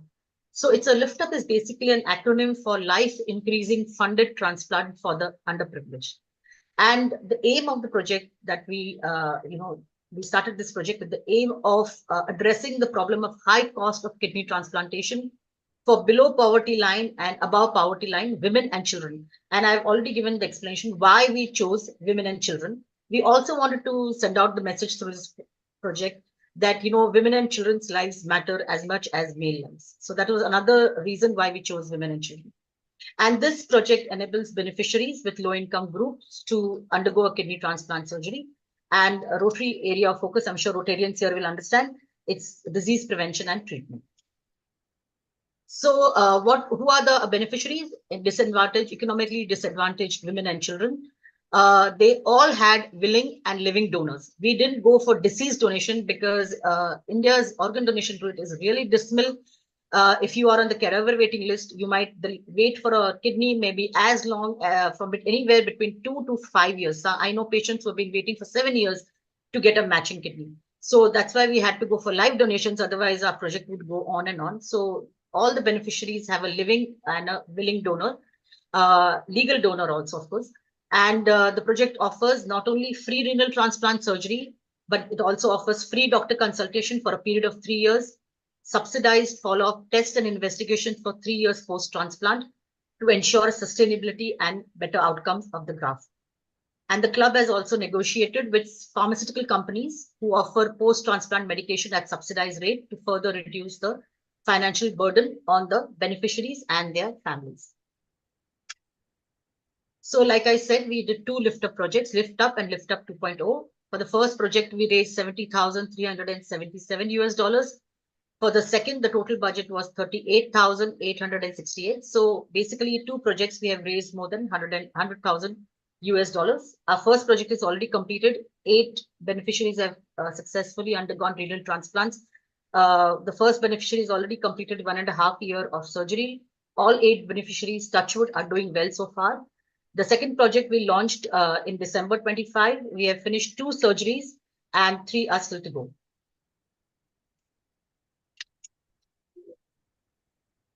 So these are just a small, synopsis of a little bio of the 8 beneficiaries who went through the transplant surgery during our first Lift Up. Very interestingly, though our study showed that, in India, about 65% live donors are women. So most donations in India, live donations, come from women, not from male. And the maximum number of recipients for a kidney in India are males. So males are poor donors, but very good recipients. Vice versa for women. Women are very good donors, but very poor recipients. But fortunately for us, during our first Lift Up, 5 of the 8 beneficiaries, the live donors, were male donors. So it was either the husband or the brother or the father. So that was a good trend that we saw. So it just showed that things in India are changing. Now males are also stepping up to help the women in their families, be it a wife or a daughter or a spouse. So that was a very encouraging trend that we observed. Hopefully, it was in a very small group, but it should work for, I hope it applies to a bigger, larger group when the time comes. So that's a small presentation from me. Thank you very much for the time, and thank you for allowing me to show what we are doing. And basically, a lot of people are now emulating the project that we have done. A lot of hospitals are approaching us. In Bangalore, I'll just I'll tell you the first lift up that we did it with Manipal Hospital Hebal in Bangalore, and the package that we got from them.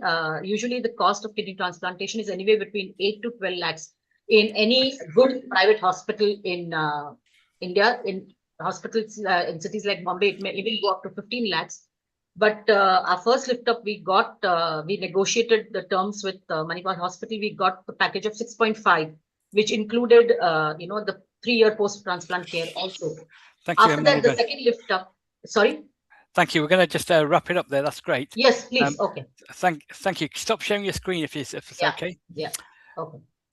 And again, it's a privilege to be part of the club, because obviously in the Lift Up project, in the first Lift Up project, I was privileged to be the yes. president and undergone through that my presidency in that year of 23-24. So thank you, Amrita ji and Dr. Goswami. Any points you'd like to raise?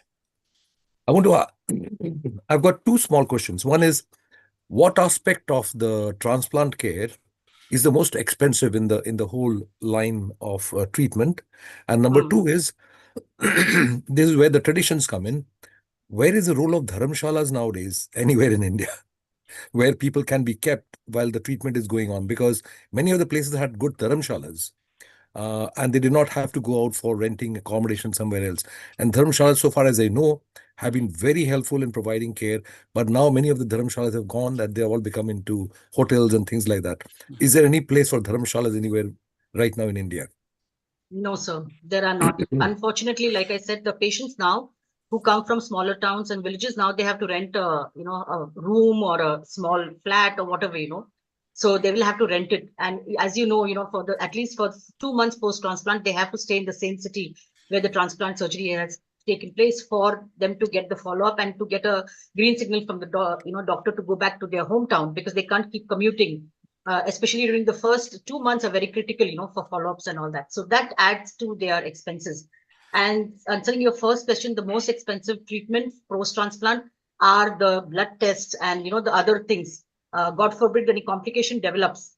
So, the sonographies and things like that. So those are really expensive. Those tests are very expensive, and even the medications.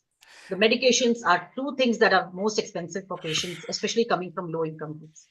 And it's great that you actually prioritize girls and women, because obviously you identified that they're the ones who are underrepresented in terms of transplant. So it's a great project. Amrita ji, any comments from you? Thank you, Kirit bhai. It's a good job, Himali ji. I would also like to know, because the post-surgical care is one of the very important things. I think that is the most important thing, because doing surgery is a very small bit of it, but post-surgical interventions, personal care, family support, and a lot of things.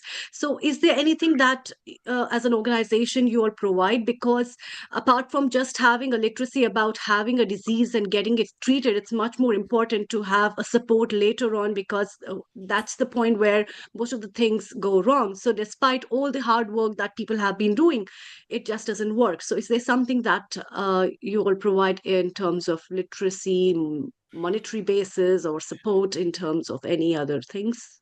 Thank you. Yes, for this particular project, Amrita, I would like to tell you, we have a project coordinator. So that project coordinator follows with the patient right till for the next 3 years, she'll be following with the patient. So she's constantly in touch with the patient. She not only provides, not only reminds them of their follow-ups, even if there is, she visits them in their families. She asks them if they have any problems. So she also plays a role of a counselor, because this project coordinator that we have, she herself is a recipient, she's a donor. She has donated a kidney to her sister. So she has herself gone through the process. So if there is a problem with the patient, she will direct the patient to the right doctor. And she is like she's like a loop. She completes the loop between us as a club, the doctors in the hospital, and the patients. So she's the one who actually keeps in touch with all the three of us, all the three organizations, and makes sure that the patient is going for the regular follow-ups, the patient is doing well mentally, physically. Even if there's a small, like there is a form that we have, a prescribed form that we have, she fills up every month and she sends to me because I'm in charge of the project. There's an inkling of infection. Immediately, the doctor is informed and the patient is called even before their turn for a checkup and things like that. So this is how we monitor them to make sure that we have a good outcome at the end of 3 years. Thank you, Hemali. Wonderful contribution from you. We want to know more about it. In case if you are still awake late at night, please join in again Yes, at an open absolutely. session. We got Aman here. Aman, we have only got 5 minutes left. If you could unmute yourself. Yes, we can see you now. So, Amrita, let's have a quick chat with some tips and preventative measure with Aman before we go to Rotary and Lal Goyal. Yeah. Global Namaste and a very warm welcome to you, Dr. Aman. Aman, go ahead Hi, with your tips. is my screen visible now? Yes, yes. If you We can see share, the presentation as well. no, you've got to share. Okay. You've not shared yet. So don't worry about sharing, Aman, because there's no time left now. Just give us some tips for preventative measure. Okay. So essentially, we have to look at a few things. We have to build a society where the prevention is important than the treatment, because if you see the carbon footprint of the treatment part, it is much higher as compared to the prevention part. So nowadays we are seeing something new in our OPD systems. There are some patients who don't have any visible risk factors like diabetes or blood pressure or analgesic abuse. Somewhere the climate change is responsible in causing kidney disease in these patients. The rising temperatures, there's a heat stress, and dehydration leads to repeated kidney injury and chronic kidney disease. These are the patients who are now commonly seen in certain belts, like in India. If we talk about India, we see them in some belts in Andhra Pradesh, Odisha, Tamil Nadu, and also reported in Central America and Sri Lanka, Thailand, and Cambodia. It is linked to recurrent dehydration and heat stress and possible exposure to agrochemicals and contaminated water. Environmental changes are leading to kidney disease due to air pollution, heavy metals in groundwater, mainly arsenic, cadmium, lead. And not only these, also agricultural pesticides and herbicides are contributing to these, apart from industrial waste contamination. We all know that dialysis is a life support for kidneys, but how about the carbon footprint? We use more than 150 liters of water in every cycle of dialysis.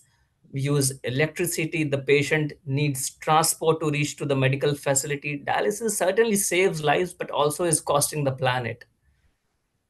Not to forget large amount of single-use plastic waste which is being used in the dialysis.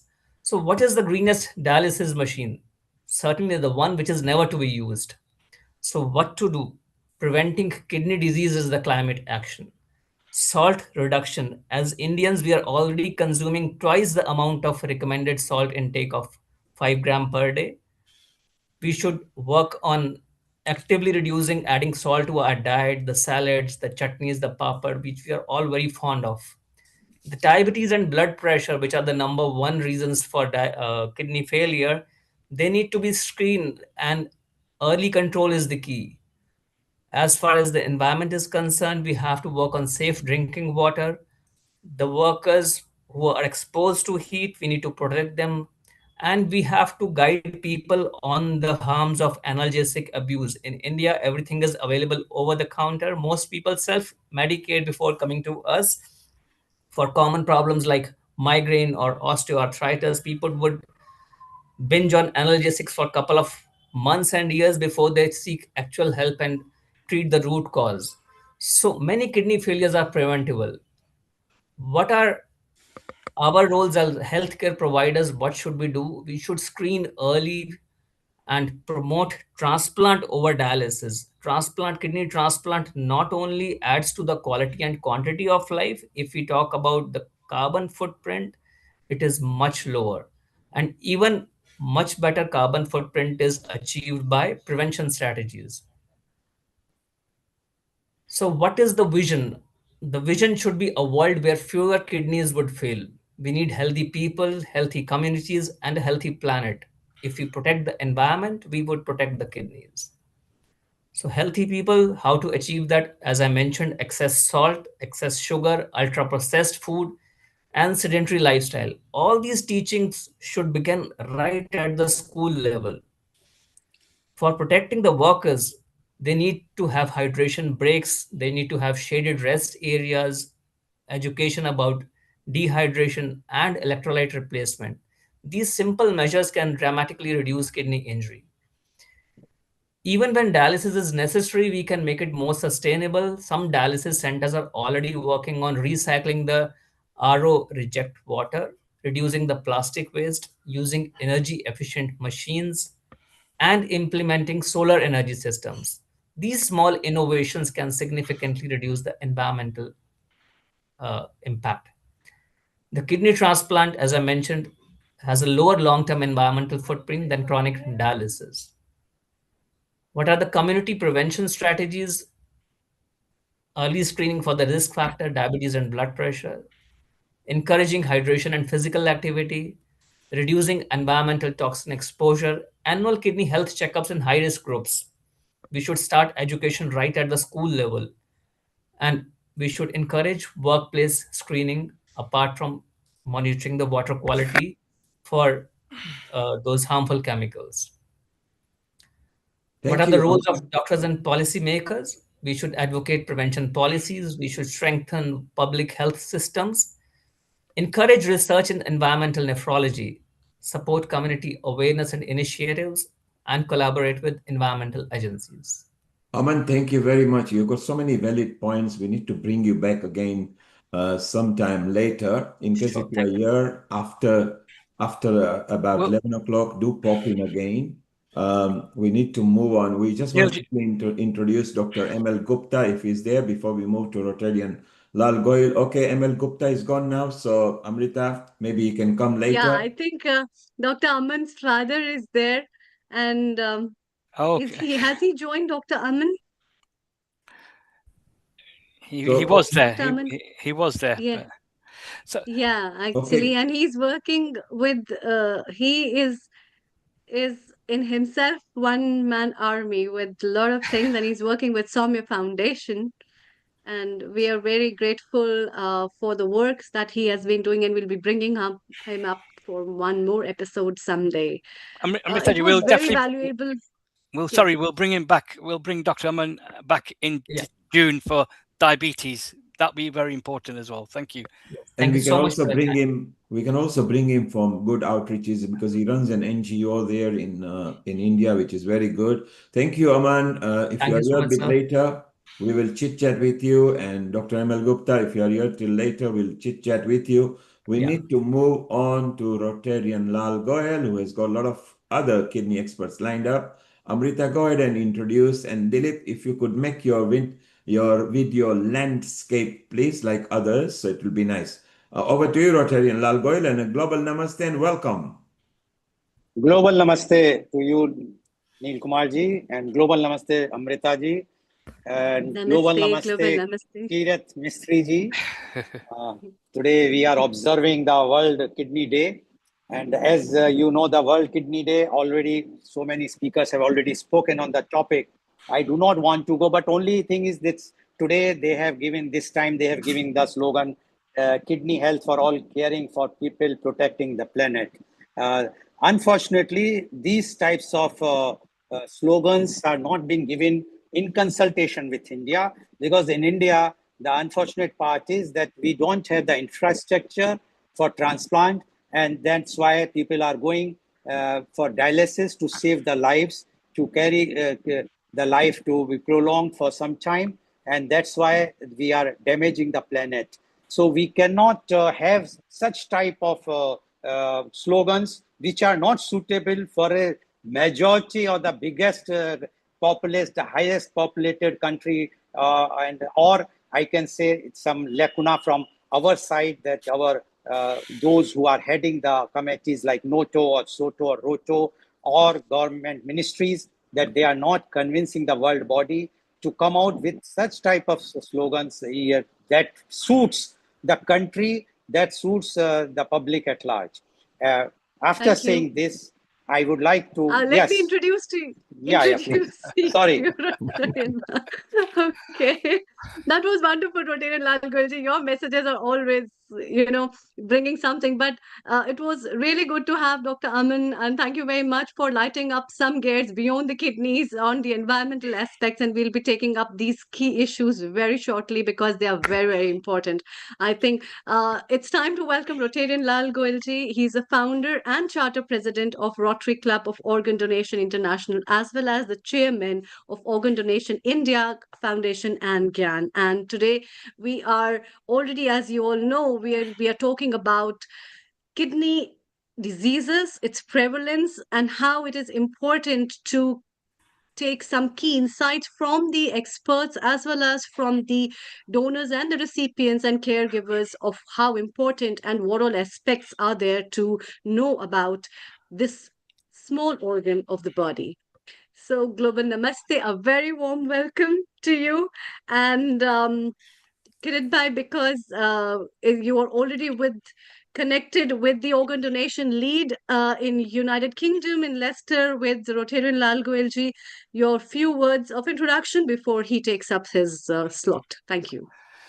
No, I think it's a global namaste to Lalji, and also he's an amazing guy, amazing human being, because the championing of what he does, of organ donation, but also trying to change policy, try to change governments, but also try and support people living with kidney disease. And he brings some remarkable speakers and presenters, but also every day I get a message from him, and the work he's doing is, I applaud you for that. And most importantly, it's about changing lives. And I think you've benefited from a transplant yourself, and you've committed your life to serving this kind of cause. So, and great to connect with you as well. Yeah. Thank you very much. You, Rotarian Lal Goyalji. Thank you very much, Kirat Mistry ji, for nice words. Thank you very much, Amrita ji, for nice words. And thank you all the Healing Our Earth, the entire team, for producing such valuable and informative, enlightening programs every week on every Sunday.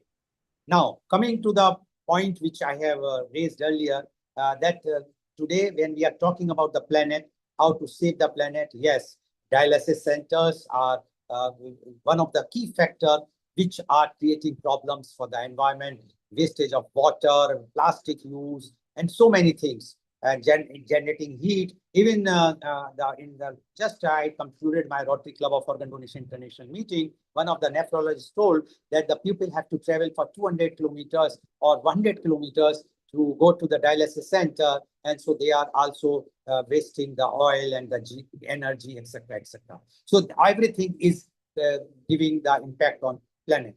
But I am coming back to my original thing. Unless we not have a proper infrastructure about the retrieval centers across the India, how it is possible to have not good for the dialysis. If we have to reduce the dialysis, if we have to prevent the kidney diseases, then we have to come out with such type of infrastructure, that awareness we have to create from the childhood, from the school level, that how to save your kidney, how to save your other organs. But initially, to talk about health in India, people feel that no, this is not our subject to be taught in the curriculum for the children of 4th or 5th or 6th standard, and they are failing. They are not understanding that they are the right target group, because the children who create the obesity at a very early age, they are creating the diabetes also, and that's why the kidneys or other organs are failing. So again, I will say, unless we will not have the awareness, proper awareness from the childhood to save the organs, unless we will not create the awareness in the public at large, then it is very difficult to see that the the reduction of dialysis will be there, because no one, whosoever goes for dialysis, they prefer to go for dialysis because they do not, either they are not getting the kidney, or if they are getting the kidney, the donor, if they don't want the kidney from their near one. They just want the kidney from someone who is not related to them.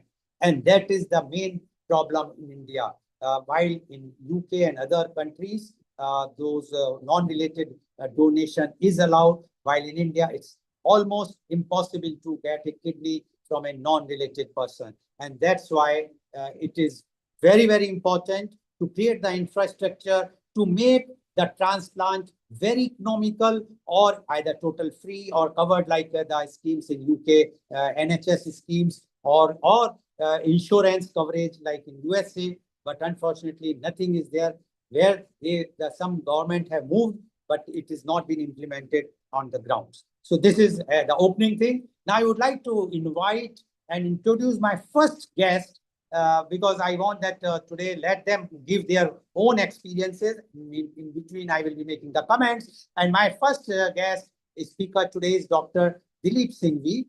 Dr. Dilip Singhvi is MBBS, MRCP, RCP, MD, DM. He is a specialist in internal medicine and diabetes. He is the chairman of infectious disease at Burjeel Hospital, Muscat, Oman. Welcome, Dr. Dilip Singhvi, on our show. And today we are observing, I will not use the word celebrating, we are observing World Kidney Day, or rather week, because we have already did it on 12th of March. Now, being in Oman, in Muscat, Oman, you are seeing so many patients there.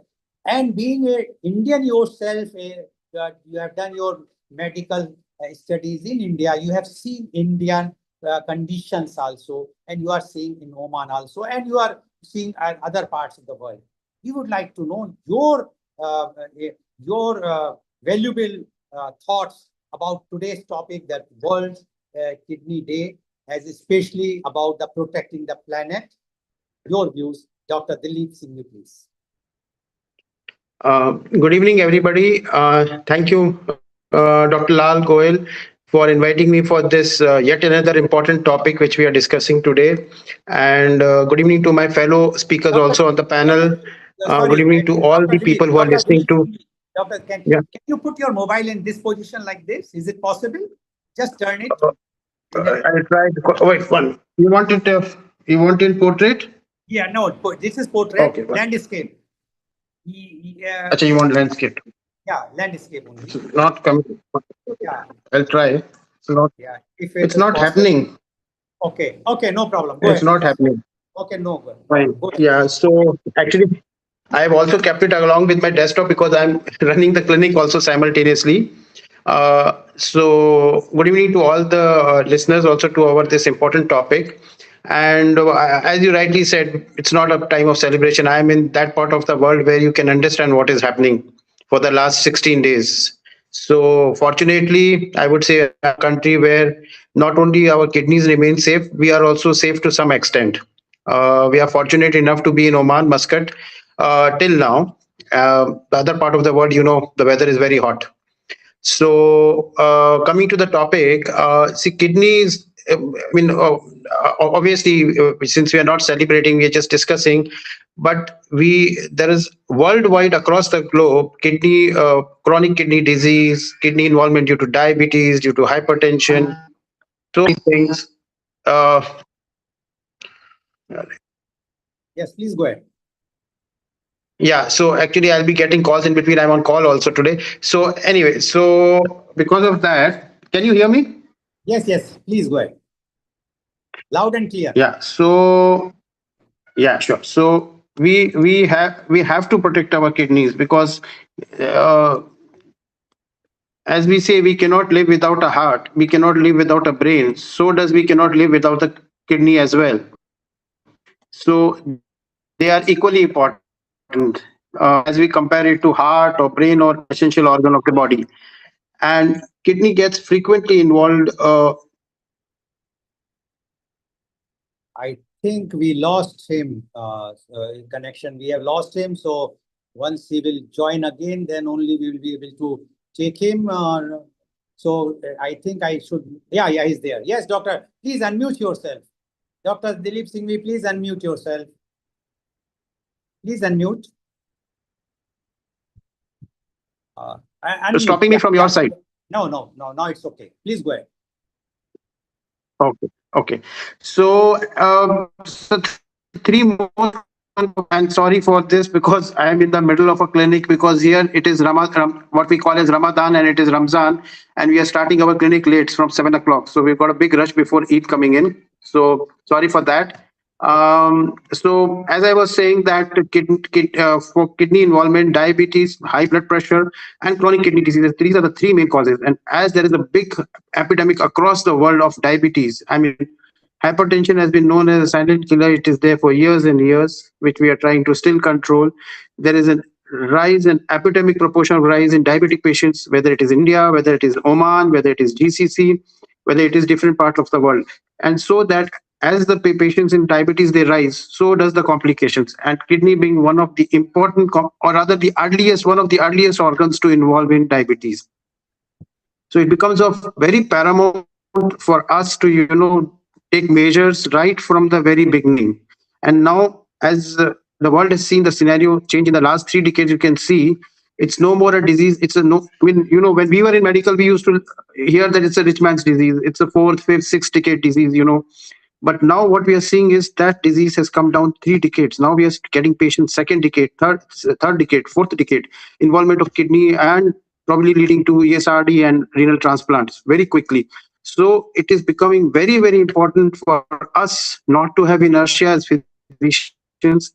We should be very alert, and we should be very our efforts should be to save the kidney, not alert the patient that he needs to control his risk factors as regards to his sugar, his blood pressure, or dehydration, or whatever the factors we see in our place, so that the kidney doesn't get involved. Try to protect it as much as possible. Take every measure, whether it is from diet, whether it is from exercise, moving from a sedentary lifestyle to make him exercise, advise him on how to take healthy diet, healthy food.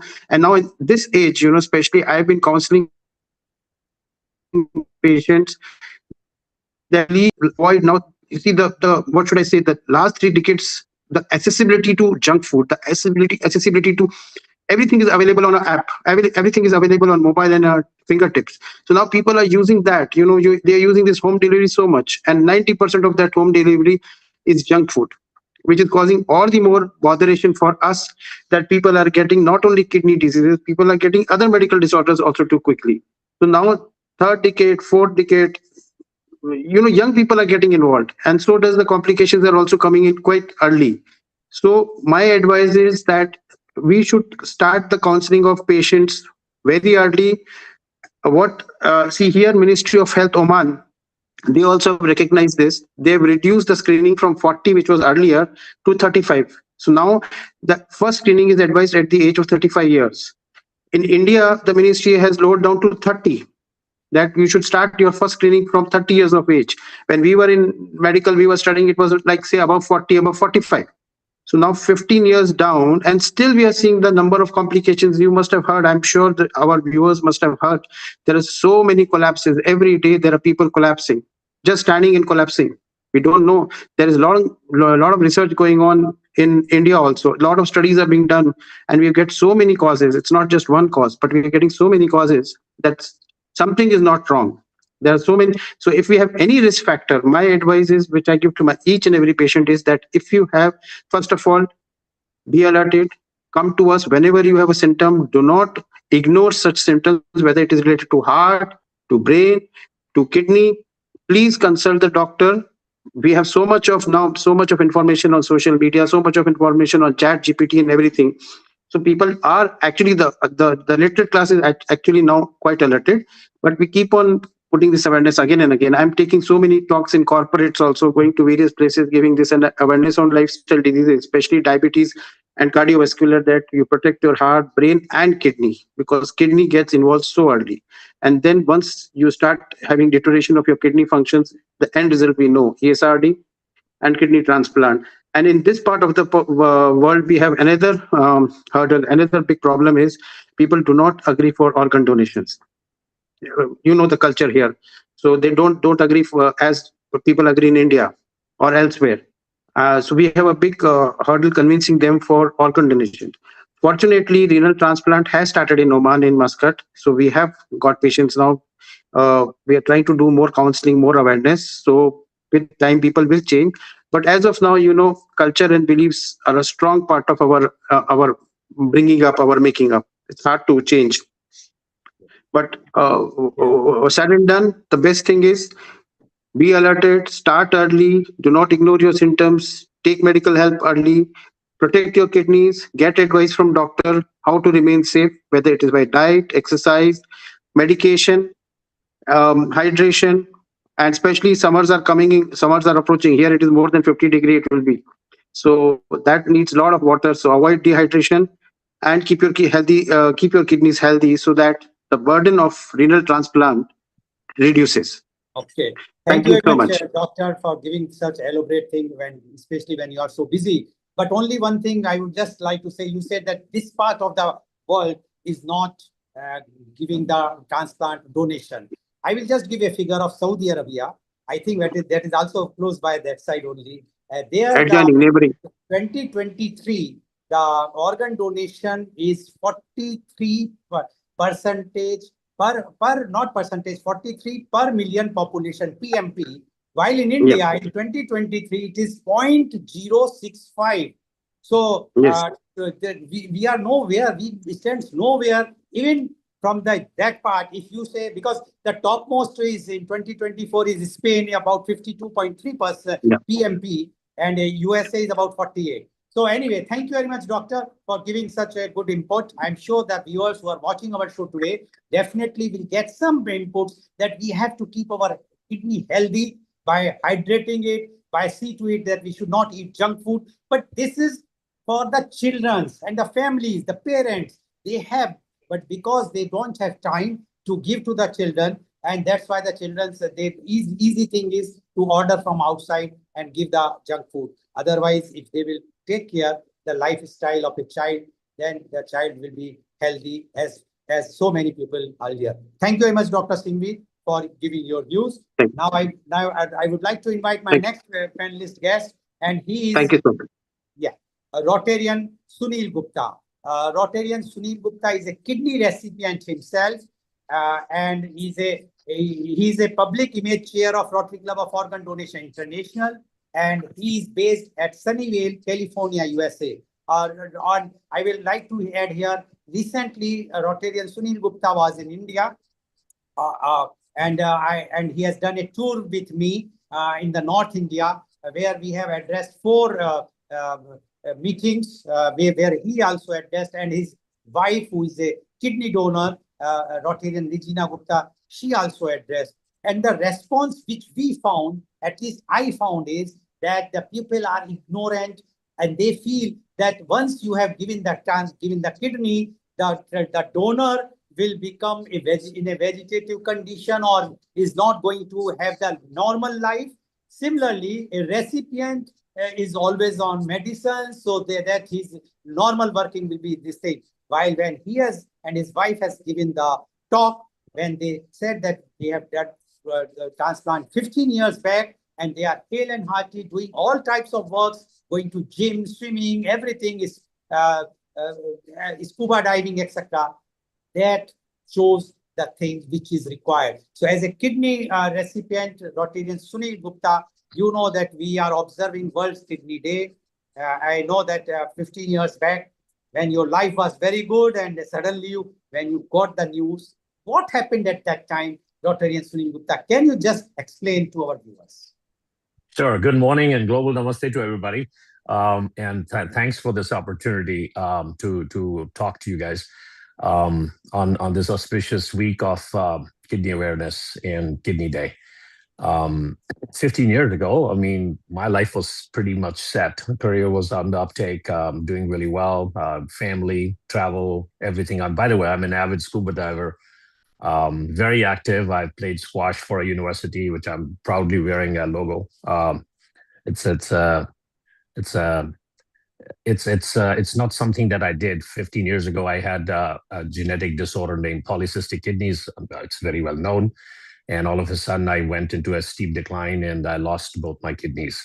And even though we talk about donor awareness and wait lists and things like that in California, in the Silicon Valley Bay Area, which is one of the most advanced places on earth, the wait list is anywhere from 7 to 10 years for deceased organ donation or recipients. So, I was looking at a very dire view 15 years ago.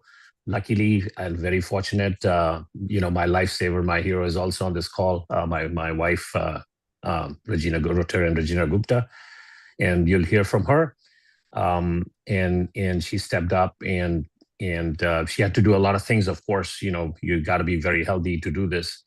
But one of the things I notice, people are very, it's like when I was a kid, the term cancer was like a kiss of death. Like you never heard of somebody having cancer, and if you did have cancer, people would die. And I found in the tour that we went with Rotary Lal Gol in north of India, including a very prestigious university named Aligarh Muslim University, we found there was so much ignorance.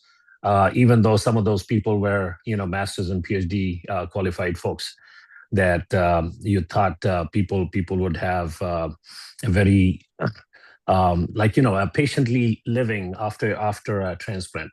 So I was there to tell them that we've been living a very, very good normal life for the last 15 years, traveling the world, doing things. But I have to say, initially, I was very, very cautious about not traveling to places that wouldn't have like transplant centers and things like that, just in case something wrong would happen. And since we are talking about the environment, one of the things I would like to bring up to this group is, we talk about, dialysis and other things having a big, heavy carbon footprint. But as a living recipient, kidney recipient, I have to tell you the biggest thing, and I really appreciate the advice that I get, and I learn a lot from Rotarian Lal Gol Saab that, water is the main culprit, right? So for me, what environment means is clean eating, clean living, but most importantly, staying away from infections. And we haven't addressed that. When you have pollution, you have microplastics, you have, people taking supplements, we can talk about all of those things, in this new world with high stress jobs, not having enough time, people shaking protein shakes and drinking them in the morning with amino acids. I have no idea what it does to your body. And I've made myself very aware through education and awareness and talking to experts at UCSF and Stanford hospitals about what some of these supplements can do to you. But more importantly, when I was traveling through India, and you'll hear more about this from my wife, cleanliness was such a big deal, right? I mean, sanitation, basic human, living rights, I would say, are subpar, right? Even in like top places like Udaipur, Rajasthan, or other places, that it's quite disgusting, to be quite honest. And we have to, we talk about environment and pollution and AQI and all those things and microplastics, but just the basic hygiene we gotta uplift. And it's amazing how much bacterial infections can knock your kidneys out or other organs out. Anyway, sorry for the rant. I'll pause and I'll let Rotarian Lal Gol take it up from here. Maybe you want to hear from my wife, Regina Gupta. Thank you very much, Rotarian Sunil Gupta, for giving your views. Very clear views, straight away views that hygiene is also very, very big factor for the kidney diseases. And that is why one has to be very much see to it that the hygiene or the environment or the pollutions, all these factors are required so that these factors we have to consider. Now, as he said, and I am again very pleased to introduce the next guest speaker, and she is Rotarian Regina Gupta. Rotarian Regina Gupta is a kidney donor to her husband, Rotarian Sunil Gupta, and she's an honorary member of the Rotary Club of Organ Donation International, and she's also based in Sunnyvale, California, USA. Before she will take up, I will just say one thing. When we went to Aligarh Muslim Universities, as Rotarian Sunil Gupta mentioned, and when she, Rotarian Regina Gupta, started talking, and she says, I took not even 1 minute to decide to donate to my kidney to my husband. I saw the ladies, the women sitting in the crowd, which were about 80% of the crowd up in that entire hall, which was totally packed. Rather, they have to bought extra chairs. Initially, it was reluctance because it was the first organ donation awareness campaign in the history of Aligarh Muslim University for last 150 years of its establishment that someone has spoken about organ donation. It was, according to many people, it is a taboo to talk there. People told me when I was traveling to Aligarh, please don't talk so much. You may get some backlash or trolling, etc. But the way, and she explained, they started crying. The tears were coming out because many of them left, they lost their near and dear because of the myths prevailing in the community that Muslims are not donating or they are not supposed to receive it. While it is not correct, as I told earlier also, I have given the example of Saudi Arabia. I have quoted the Quran Sharif also, what the Quran Sharif says. So welcome, Rotarian Regina Gupta. I am really thankful that you reached back safely after overstaying 1 week in India because of the all airlines closed the things. So now we would like to know from you that what was your reaction? Because everyone thinks, oh, he's such a careless, my husband is so careless person. He could have taken the care of his kidney. Why he has not taken care of the kidney? Now he requires a kidney and only I am supposed to give the kidney. Why should I do some act which is because of the carelessness of a person? Did this type of thought came in your mind? If not, then what was you are thinking and how you feel now after 15 years that what you have done was correct or it was a wrong decision, and what the society and your family, other family members said about it. Rotarian Regina Gupta, please. Thank you, Mr. Goel, and a very warm global namaste to everybody. I'm just going to say that I made the decision on my own without anybody's guidance. It was my personal decision. And it was important for me to make sure that my daughter, who was 9 years old at the time, would have her dad around.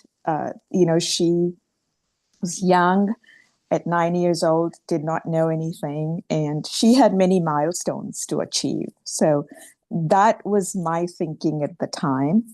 And I just wanted to make sure that Sunil was around to see all of that and for Simran to have her dad around. It was a decision I made that I was going to step in and give Sunil my kidney. And at the time, I was fairly healthy. And when I went in to get my blood test done, a few months later, I received a call from the doctor's office saying that, oh, I was a potential match. And, from there on, things went well. The only thing I did was I trained well in terms of exercising, eating healthy, and maintaining myself to make sure that I got, cleared and there was no mishaps during the surgery. I went into surgery on a Tuesday. I got admitted on a Tuesday. The surgery was on a Wednesday. I was out of the hospital on Friday afternoon. And I was back to work 9 days from that time, driving normal. 2 weeks after that, I returned back to my normal activities of doing classes at the gym, walking, and I've maintained that for the last 15 years. The one stigma I'll have to say is that, you know, it's hard for people to give, I think, in our society, and I've learned that over the years. I was part of a dance group where, you know, I went and danced with a bunch of ladies. 2 weeks before the surgery, I announced to the group that, you know, I'm going to be out for a couple of weeks, and I'm going to be, you know, doing this.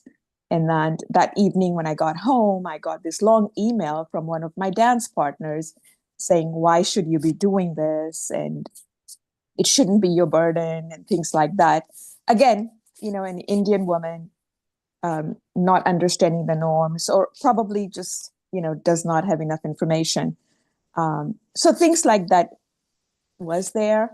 I had a very strong support system, which was my friends, my colleagues, my friends at the gym, who would wake up with me every mornings at 4 a.m. We would go for walks and we would do really tough exercises and things like that.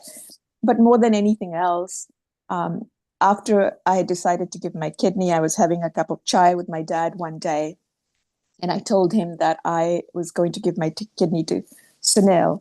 And ultimately, I'd say he's my hero because, you know, being his daughter and him questioning me, the only thing he said, why wouldn't you? So I'm very proud to say that, you know, some parents are very supportive, no questions asked. After my surgery, both Sunil and I were out of our house. So when I got discharged, I went to my older sister's house, and my dad actually took care of me for about a week. So, you know, I feel along this journey, having a really good support system, family stood by. My brother-in-law, my mother-in-law was here. Everybody was supporting us through all of this. But, you know, it takes a village to do something like this. And I'm very proud to say that village has stayed with me for the last 15 years, and they continue to support. I've lived a very normal life since then. I've traveled the world. I continue to hike 7 to 10 miles a day. On some days, I continue to exercise, and nothing's changed. Life's been great and normal. Okay. Thank you very much, Rotarian Regina, for giving your inputs. And I'm sure the viewers who are watching across the world are going to get benefit, and they will understand one thing, that whether you are a donor or a recipient, your life will not change. It's the only thing is that you have to be strong, and you should know the reality. What is the science behind the kidney transplant or any organ transplant? And instead of listening the myths or the WhatsApp University gossips, it is better to study yourself, know the science, talk to the doctor, and keep yourself perfect. And I have seen in this tour, rather I was having apprehension how they will tour so much time, because in 3 days we addressed 4 meetings, which was started from Delhi, then Mathura, which is about 150 kilometers away, then 2 meetings in Mathura, then we went to Aligarh, which is about 100 kilometers away, 2 meetings on the same day. Coming back, I was just thinking, these 2 persons traveling with me, an organ donor, a kidney donor, and a kidney recipient, but they were smiling. They have no hesitation to tell me very clearly, no, nothing happened. We are as good. Rather, I felt some at that time, I'm losing the energy, but they are very much energetic. Thank you very much, Rotarian Regina Gupta. Please stay. We will talk to you afterwards. So thank you very much. Now I would like to introduce my next panelist guest, and she is Rotarian Jyoti Galada. Rotarian Jyoti Galada is a renowned journalist, creative and script writer. She is a member of Rotary Club of Organ Donation International. She is based at Kolkata, and she is also the kidney donor herself. And I will ask her to give her own things. And one thing which I would like to tell our viewers, that she has produced one short movie, and which was adjudged as the best movie by the West Bengal government, which is going to be shown to in the International Film Festival by the West government as a West government, West Bengal government nominee. Welcome, Rotarian Jyoti Galada. And we would like to know, you have heard what our earlier panelist, Dr. Singhvi has mentioned, how the hygiene condition in India is not great, and the conditions we require, hydrations, etc. Our Rotarian Sunil Gupta has also mentioned that he is perfectly all right after 15 years of transplant, and his wife, also Rotarian Regina Gupta, is giving them. We want to know from you your views about on this World Kidney Day. Rotarian Jyoti Galada, please. Jyoti, can you try to be landscape like everybody? So like this. It's better. Landscape, please. Try mobile like this. Put mobile like this instead of that. That's it. And now just flip it so it's right. Perfect. Always, all the contributors, please be landscape. Over to you, Rotarian Lal Goyal and Jyoti. Yeah, please go ahead. Okay. Thank you so much, Lal Goyalji, for inviting me. And let me start by saying that we always, when we talk about kidney diseases, we always think it's a aged problem. It's a problem of adult. But here I am, that my son, my 12-year-old son, was diagnosed with chronic kidney disease. And it's not very uncommon for children also to have kidney issues. I will brief you up a little about my story. My son, Umang Galada, was 12 years old. And when he was 11, he was diagnosed with chronic kidney disease on the last stage. And immediately he was put on dialysis. And transplant was the only option given to us. So we were finding for an organ, and as expected, the parents, like myself and my husband, stepped up. My husband had the same blood group, but somehow during the test, the doctors realized that he could not be an organ donor. And then my blood group was different. But yeah, throughout in the family, we tried to find a lot of organs. We tried to find a donor, but nobody stepped up, because as doctor and as others mentioned, that people are scared of donating the kidney. So then I stepped up, and the matching was a little less, but still I stepped up, and trusting the science and trusting the processes, I decided to become a living donor to my son. Unfortunately, after the transplant, sometime after the transplant, he met with a cardiac arrest because his heart health was also affected previously, and we lost him. And after that, I decided to donate his organs. So I and my husband both together took the decisions that if we could not save our child, at least my child can save other people. So after screening and everything, his liver and his corneas were found suitable for donations, and they saved 3 people. So now coming to organ donation part, I will talk about first the kidney health part. In India, especially, we take tests and we go to doctors only we have certain problems. But regular testing of children is not done. So first of all, I will like to suggest that it's not just every adult after 30 or 40 should do regular tests. Regular tests should be done since a very young age. You should keep doing it. Secondly, kidney problems, the symptoms of a kidney problem don't really show up. They are very subtle. Like my son had a little leg pain. So I took him to an orthopedic, calcium and vitamin supplements were given, and he was perfectly fine. He had a little rashes on his skin and a little ointment, and it was all done. But this progressed, I don't know how long it progressed to stage 5. So if the tests were done before, I think this problem could have been diagnosed beforehand. This is one thing I always tell parents. Second thing I also want to mention is, as a living donor, as Regina ma'am also said, I am a living donor. It's almost 1 year and I'm living a completely, perfectly healthy life. I do sports. I have not made any changes in my diet, or because I'm a vegetarian. So no changes in my diet. My energy levels are absolutely fine. And there are a lot of myths about, living donations, that people come and tell me that you are on medications, you must not do any such work, do any heavy work. And then all these myths, they come and talk to me, and I really try to spread that awareness that I'm standing right in front of you and doing all the activities. So it's absolutely it's absolutely okay to be a living kidney donor, which we could not find for our son. The third part is the organ donation part. So in India, we, as Dr. Mentioned, that there is an opt-in method, and main problem is to convince the families, during that moment of grief, to become an organ donor.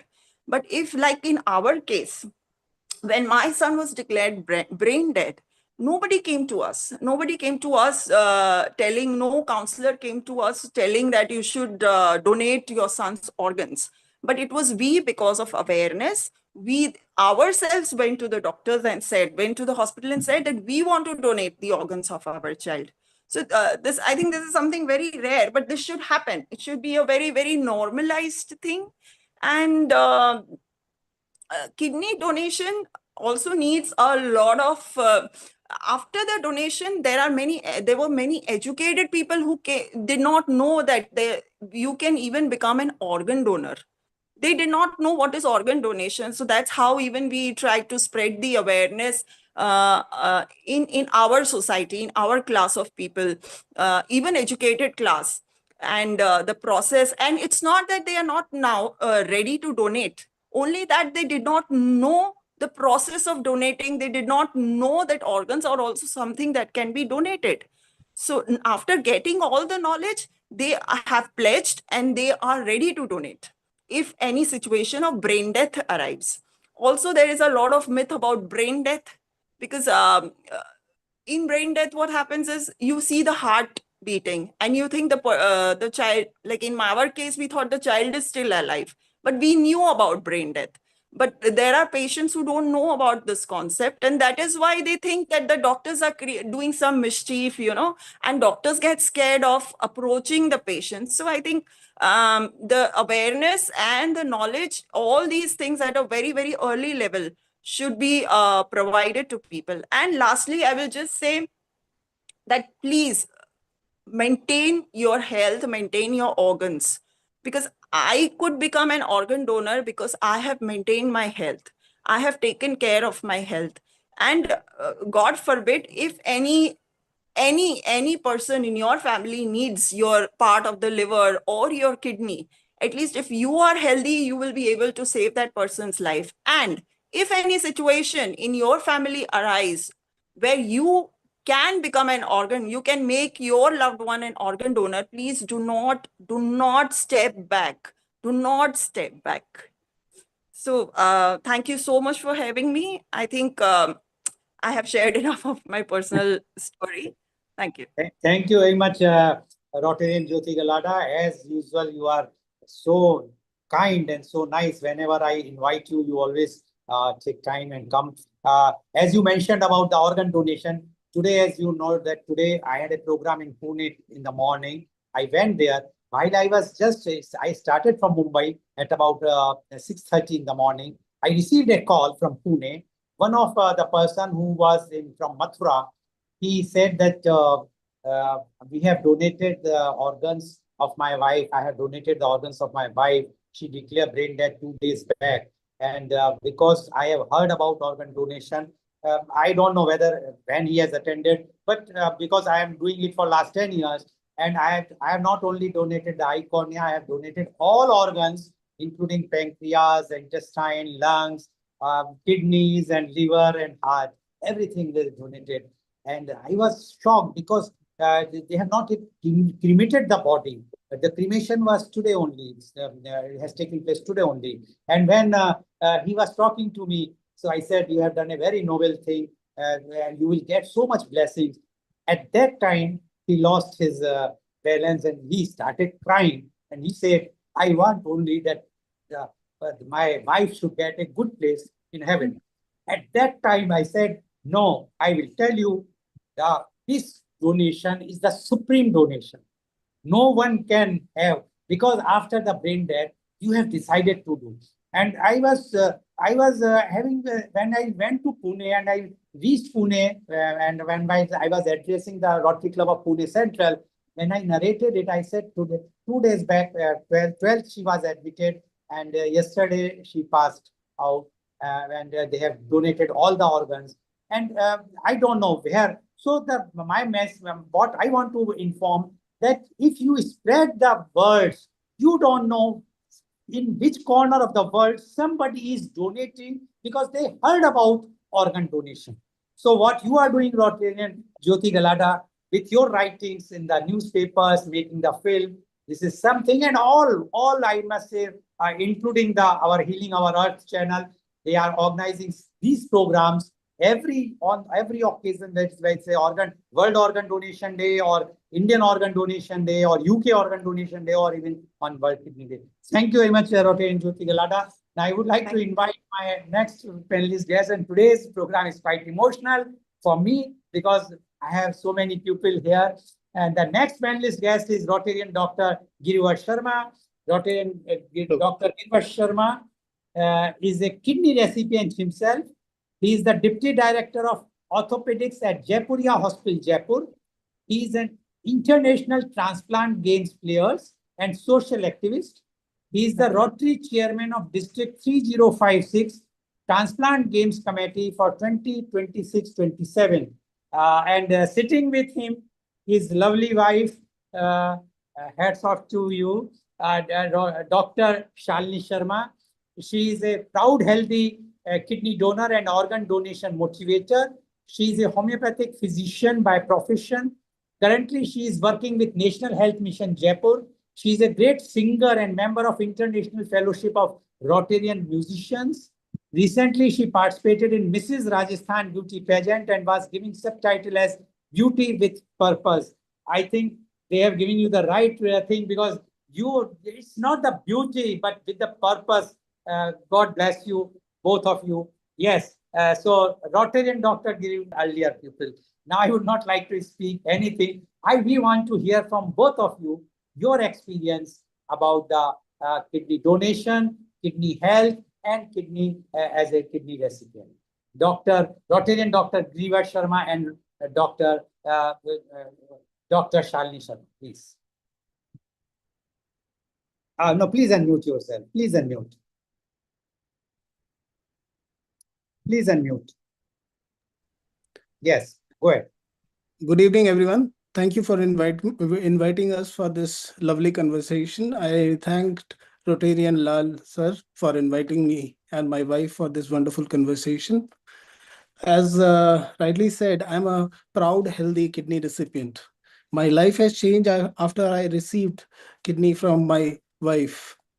Previously, I used to go do only working with patients in hospital, always busy with working with patients. Now I have changed my life to I have changed my life, and I am enjoying my life because I am doing a lot of things which are very different from what we used to do previously. I'm enjoying with sports. I'm doing my sports activities. I have played nationals uh, transplant sports in Chandigarh and got the gold medal in shot put.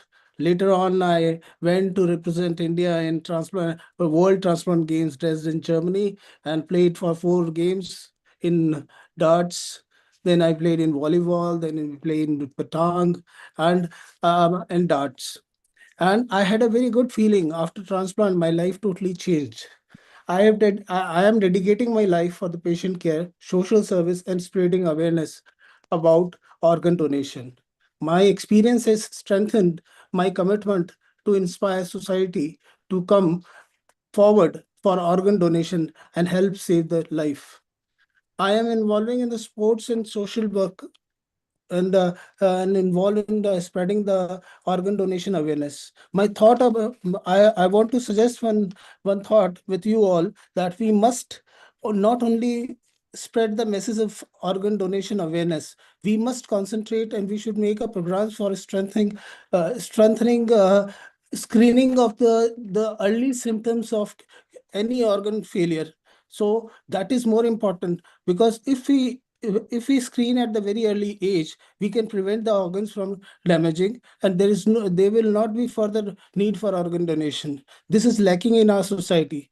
We always come to know at a very advanced stages, and that is time when we cannot do anything, just waiting for the organs to be donated. So my submission is, we should work for screening. We should force the government for making a programs for early screening and diagnosing, and of course we must encourage the society for organ donation. Thank you very much. Thank you very much. Now, Dr. Shalini. Good evening everyone. मैं हिंदी में बोलना चाहूँगी क्योंकि मेरी audience मुझे हिंदी में सुनना पसंद करेगी. ऑर्गन डोनेशन Can के you लिए do it mixed, because there are panelists who are from across the world. So can you just mix both the things, Hindi, English? Okay. I want to tell that we donors, हम लोगों को donors को सबको आगे आना चाहिए, because जब donors आगे आएंगे तभी सोसाइटी में एक बेस्ट मैसेज जाएगा. We can set an example in front others कि after donation we should after donation हम एक हेल्दी लाइफ जी रहे हैं, और सब कुछ अपना जो भी वर्किंग है वो सब बहुत अच्छे से कर रहे हैं. इसलिए ऑर्गन डोनेशन के लिए डोनर्स को आगे आना चाहिए. Okay, thank you very much. I was yeah, sorry, yes, you want to say something? Can I add to something? Yeah. I had a very rare thing attached to me. My father-in-law was also a recipient, and he got the Limca Book of Records of longest survival patient on the earth, in Asia. So he survived for 47 years, and this is something which is mentioned. Yes, 48 years. I'm sorry. So, and the best part of the thing is, the donor is still alive and he works at fields in Hanumangarh. Okay. So this is something, donation. This is a very good example. Yes, this is a very good piece of information, because people ask how much time somebody will survive. Because for dialysis, everybody knows that you can prolong for 5 years, 7 years, 8 years, 10 years. I don't know that after how many people can survive, but as you have mentioned that 48 years after the kidney transplant, it's a very good thing, and especially in India. Abroad might be more, but in India, 48 years is a good thing. So thank you very much. My suggestion to Rotarian Kirat Mistry is, why not keep some program in which all our transplant donors or the recipients perform their things like dance or the singing. We have seen that they are expert in all those things, and it will give a good message to the public at large. And as I am sure, Dr. Rotarian Kirat Mistry, you might have met Dr. Girver in Germany when he was there, and you were also there in that transplant game. Hello. Yes. Hello, sir. Yeah, nice to. I met Dr. Girver and the family, so it's good to see you. And yes, and I think we could. You're right, Lalji. We can, rather than just having talks, we do something that's creative, and we can organize that definitely together. Yes, so. Because we have people from across the world, so it will be online on our Healing Our Earth platform, and we can do, because when we are keeping the programs for music and dance, why not keep one day only for the transplant donors and the recipients? They will show their talent to the public at large. You see, they are talented, they are performing. I have seen, although I not want to disclose, but I have seen glimpse of the beauty pageant where Dr. Shalini Sharma was there, and I was amazed to see how she was moving, a professional beauty pageant participant. Hats off to you. hats off to everyone, I must say, on this World Kidney Day. If we are celebrating, if we are observing, we must celebrate the organ donors, we must celebrate the organ recipients. Only the thing is that please take care of your organ which has been donated or gifted by your near and dear, or you have received from the deceased. But it is very, very important thing, because it is not easy commodity to take from anyone. And but as Rotarian Sunil Gupta mentioned about the hygiene condition, my advice, which I gave to him when he was traveling to India, please do whatsoever. For your eatables, you have to be very, very careful. Anything hotly prepared or frozen, or the water, the main thing is the water. You must drink only the bottled water. Don't take a chance RO water or the AquaGuard water. It is might be good, but we know that we are so careless. We forget about the servicing of our water filters, and it can harm. So this is a piece of advice to all, everyone, I must say, that if you are using RO water purifier or the AquaGuard type of purifier, please get it serviced in time so that your water is pure and you can your health, kidney or your other organs remain healthy. So that's it from my side. Now you have any questions, please ask her. I think Dr. Anukul Goswami wants to ask question. Yes, Dr. Anukul. Thank you, Dr. Lal Golji. One of the most important things I find is the amount of interest that you have shown in this field. I was never so much interested before, but once I've been hearing you, I can see how much of effort you have put all the people to get back in, and everyone has given me so much of important lessons. I want to ask Mrs. Sunil Gupta, Mrs. Gupta was about, everybody's emphasized on lots of good physical activity after donation or even before donation for that matter. How does physical activity really contribute towards overall health? Of course, I mean, but they've been going to gym and doing all activities. And I'm sure Dr. Griver also will be, sorry, am I correct? Yes. He'll also be able to give us some idea. How does physical activity actually help this situation? And number two, very important question is, as a normal person within the community, how can we increase awareness of people in a way that we don't have to go and ask them just at the time when they are passing away, their family members, to come and donate for the body? Rotarian Sunil Gupta, question to you. I think, I thought it was for my wife Regina about the working out. Okay. This question is for him or for Madam Regina? Sorry? For Regina. Okay, Rotarian Regina, this question is for you. Can you guys hear me? Yes, please. So, I feel exercise gives me a lot of energy, right?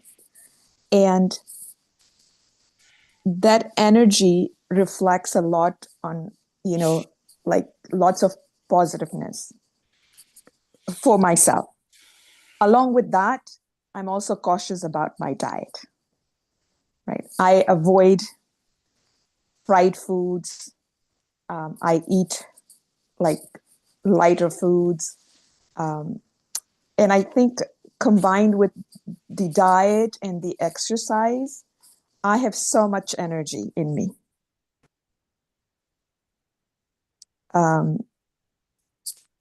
What else do I do? I can add to this. I've seen Regina very closely, and I think what exercise really does is, keeps you focused on self-discipline. And that is a very, very important aspect when you're trying to navigate such tough situations like a transplant, whether you're receiving or donating. I mean, there were some comments made. I mean, think about living with somebody like her who has given me her kidney. I mean, I don't want to quite, fess up here, but I mean, I'm in immense pressure to take care of myself because, she's after me to take care of her organ that's actually saving my life. So I've become a better person because of her, from a clean eating perspective, from an exercise perspective, being more self-disciplined than I was before. So exercise definitely helps in that. I mean, the dopamine and other things that come with that obviously help. And both of us are, by the way, part of the advocacy group in California to help families go through donations and receiving organs. We've done that with living donors mostly, not as much as with deceased donors because most of those are accident-based folks. But we do talk to our friends and in society at large. We participate in kidney walks and things like that to increase awareness. The one more thing I would say is, I go to bed early and I like to get 8 hours of sleep.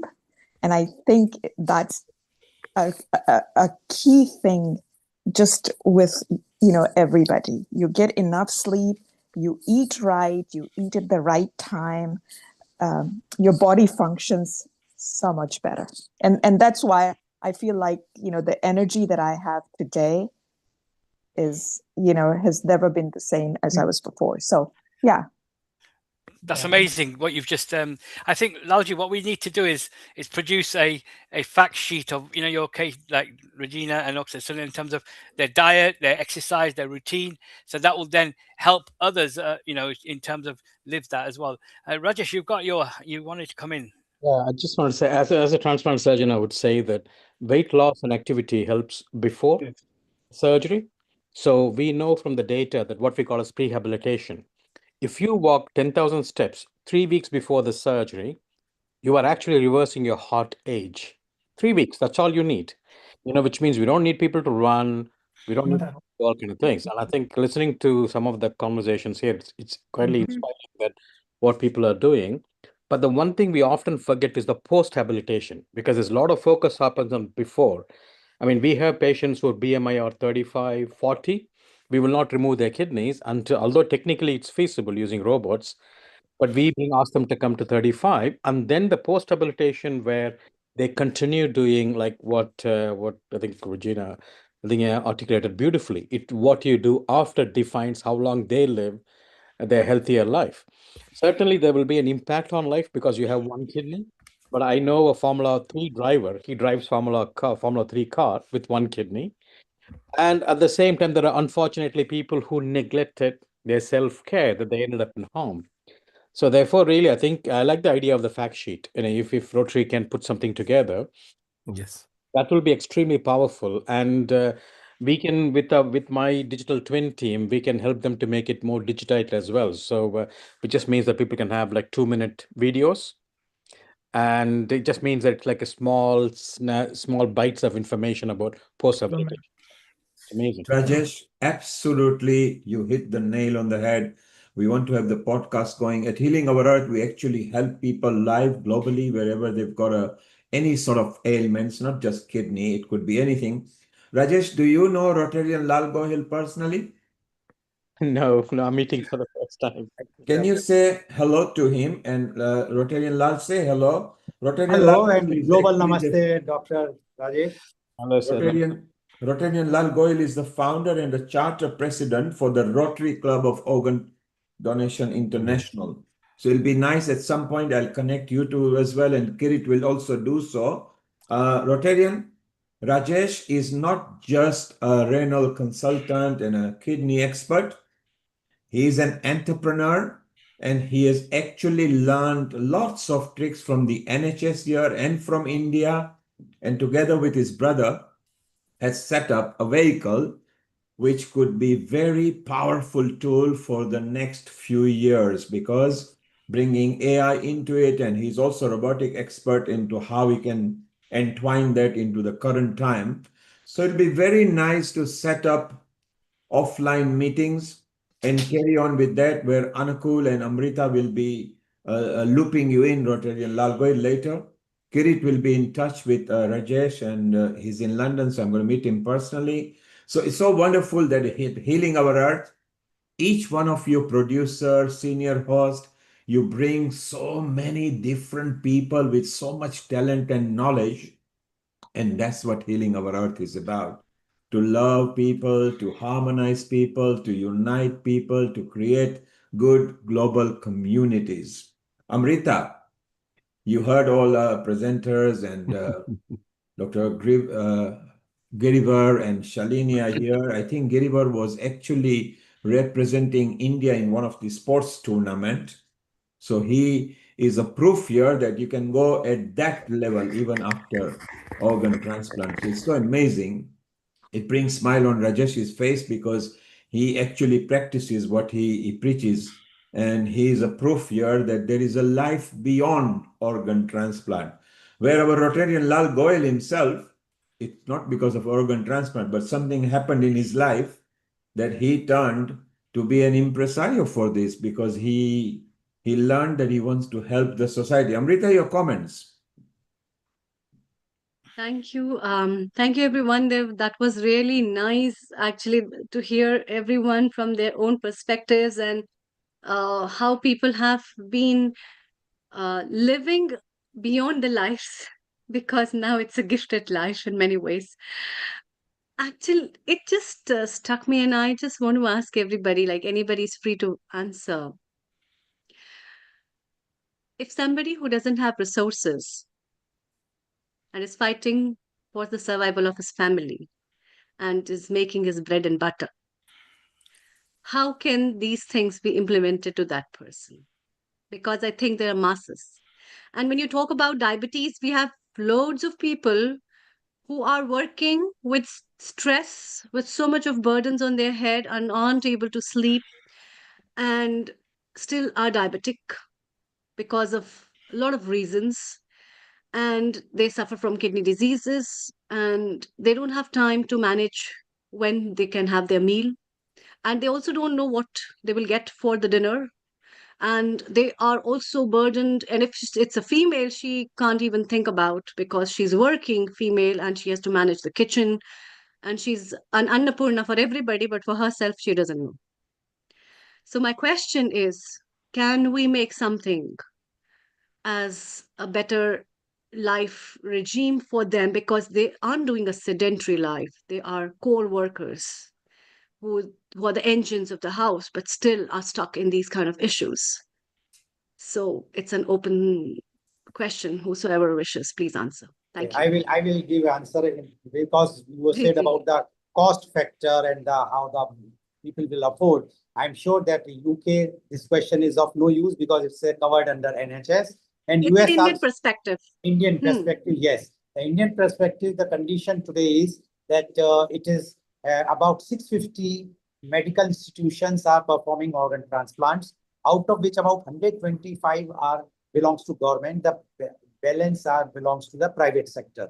Now, government, as you all know, who knows about India well, that the government organizations or the hospitals are not performing as they should perform, and there very few institutions of repute are doing the organ transplants. Otherwise, they refer to the private sector. Now, private sector here, the kidney is costing 10 lakhs rupees, the transplant, and the 10,000 to 25,000 rupees per month, the medication charge afterwards. Liver goes to from 20 to 25 lakhs. The heart goes up to 50 lakhs. Lungs goes up to 1 crore. So now it is not practical or possible forget about the poor or very poor, even the lower middle class, even the upper middle class can't afford because the insurance companies are giving very meager amount now. Earlier they were not giving after so much holla which has been created by the NGOs and ourselves, we people have created. But the government have the schemes. The problem is the execution. Like I will tell you the Prime Minister, there is a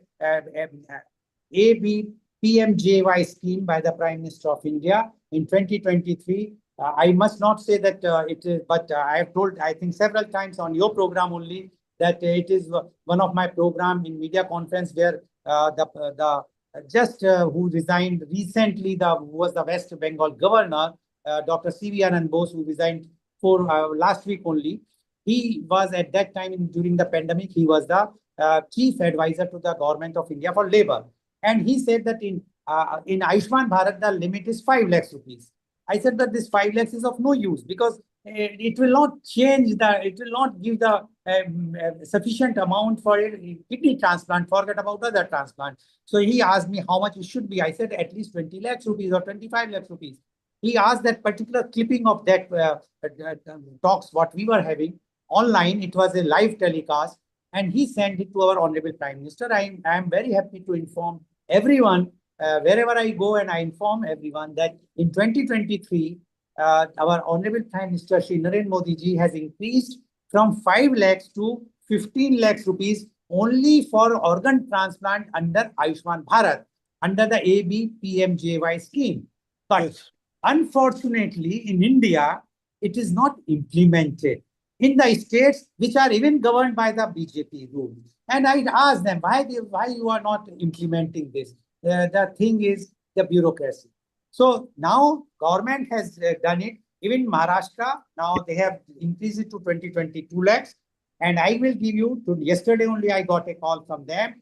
Any patient of Maharashtra domicile, if he is under BPL, his kidney or liver will be transplanted free of cost, and nothing will be charged. But only thing is that he has to accept that in any hospital which is recognized as an organ transplant hospital, he or she will get the treatment. So that much we can do. But ultimately, it is the mindset of the public as well as the government will that they should come out. The bureaucrats have to change their mindset. They must come and help the people. Then only things can come in forefront. And I would like to answer Dr. Anukul's thing that he said the thing should come, and instead of we are going to the public should come forward and donate the organs as far as the diseased are concerned. Yes, today I just told you about the Pune thing. Nobody is approached. They themselves decided to donate the organs. And as Rotarian Guild, Lada has mentioned, she only approached. So the time is changing. But thing is too much in India. We have to do so much work. And I'm sure with the help of Healing Our Earth, Rotarian Kirat Mistry and you all, definitely the time will change. But we have to work very, very hard for it. Thank you, Rotarian Lal Goyal. What a wonderful information. You've given good news in Maharashtra. Let's spread the word round. And India requires lots of information and outreaches. So it's so much wonderful. We need to move on to Scotland now. Anukul, will come back to you in a while. Rotarian Lal Goyal, wonderful guest. Girivar, Shalini, Sunil Gupta, Regina from Oman, and lots of other guests that you always bring. If you can, stay around because shortly we are going to break into. I think you should excuse me because I woke up at 3 o'clock in the morning. I have to travel to Pune. I gave the lecture. I reached here at 7 o'clock. And then from 8 o'clock to 9 o'clock, my Rotary meeting. And from 9 onwards here, I have not even touched the dinner. So now I will have something to eat. Otherwise, people will say that you are not taking care of your own health. And your Thank you. Turkey Rotarian. Have a lovely Thank meal. you so much. Have a lovely Namaskar. meal, and then we'll catch up with you. For anybody else, if you can stay around because we are going to have lots and wonderful chit chats and discussion. We've got two experts now coming. Rajni, who has been part of Healing Our Earth before, who is not only a consultant physician, but she's also a nephrologist. And Kirit will shortly introduce her. And then we've got Sunil Daga, another expert here. They are going to bring so many tips and so many advices for you. Then we are going to break into open chit chat. Kirit, go ahead and introduce Rajni. And then after that, we'll call in Sunil, and then we'll have an open session over there. Over to you, Kirit.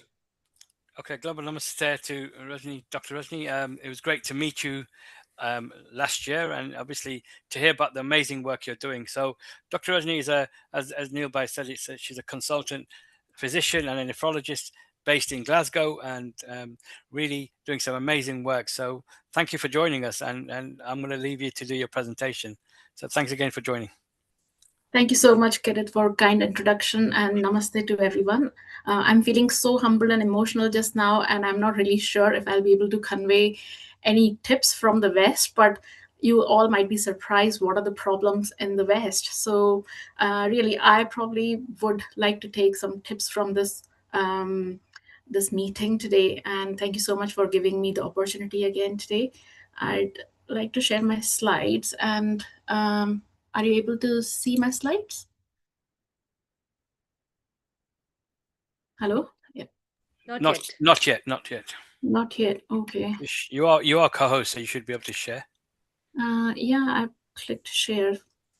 If you go to the bottom taskbar where you see the green button, click Yeah, on it. I shared that. I clicked that and Yes, and then you have not shared the screen yet. You share that, but you need to go to the blue icon to share the screen. Go to the green icon, select, yes, we are there now. okay. Perfect. If you could maximize it, please, and put it on a slide mode. Perfect. Perfect. Perfect. Okay. So here we start.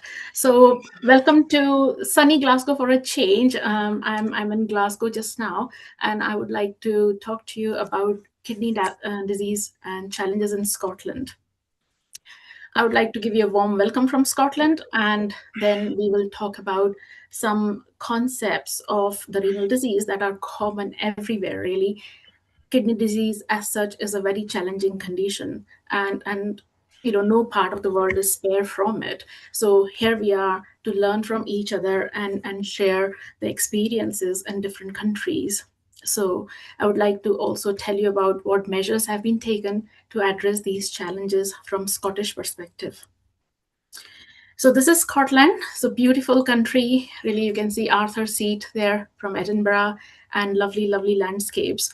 So before understanding the problems from Scottish renal units, I thought I'll put a map of Scotland to make you understand where we are and why do we have problems. So Scotland sits in the northwest of Europe, and it's a part of United Kingdom, and it occupies top third of the Great Britain. So there are wild coastlines, pristine beaches, rolling valleys, and towering mountains. And it's home to almost 800 small islands, which are all over here. So there's North Sea on the east, which separates us from Europe or European Scandinavian states. And there is Irish Sea separating us from Ireland, and the Atlantic Ocean separating us from Iceland, Canada, and USA. So all these 800 islands, they're all not inhabited. There are 96 islands where people live, and this is the population which is far, far away from the mainland. And on the south here, we have border with England. So what have renal units done, really? So as you can see, there is this whole central belt. In one line, there's Glasgow and on the west, and Edinburgh on the east. And surrounding it, you can see where the renal units are in the big dots or big squares. So mainly, 20% of the population is concentrated in the central belt, in Glasgow and Edinburgh alone. And more than 20% of the population is in the islands, quite far away from the main renal units.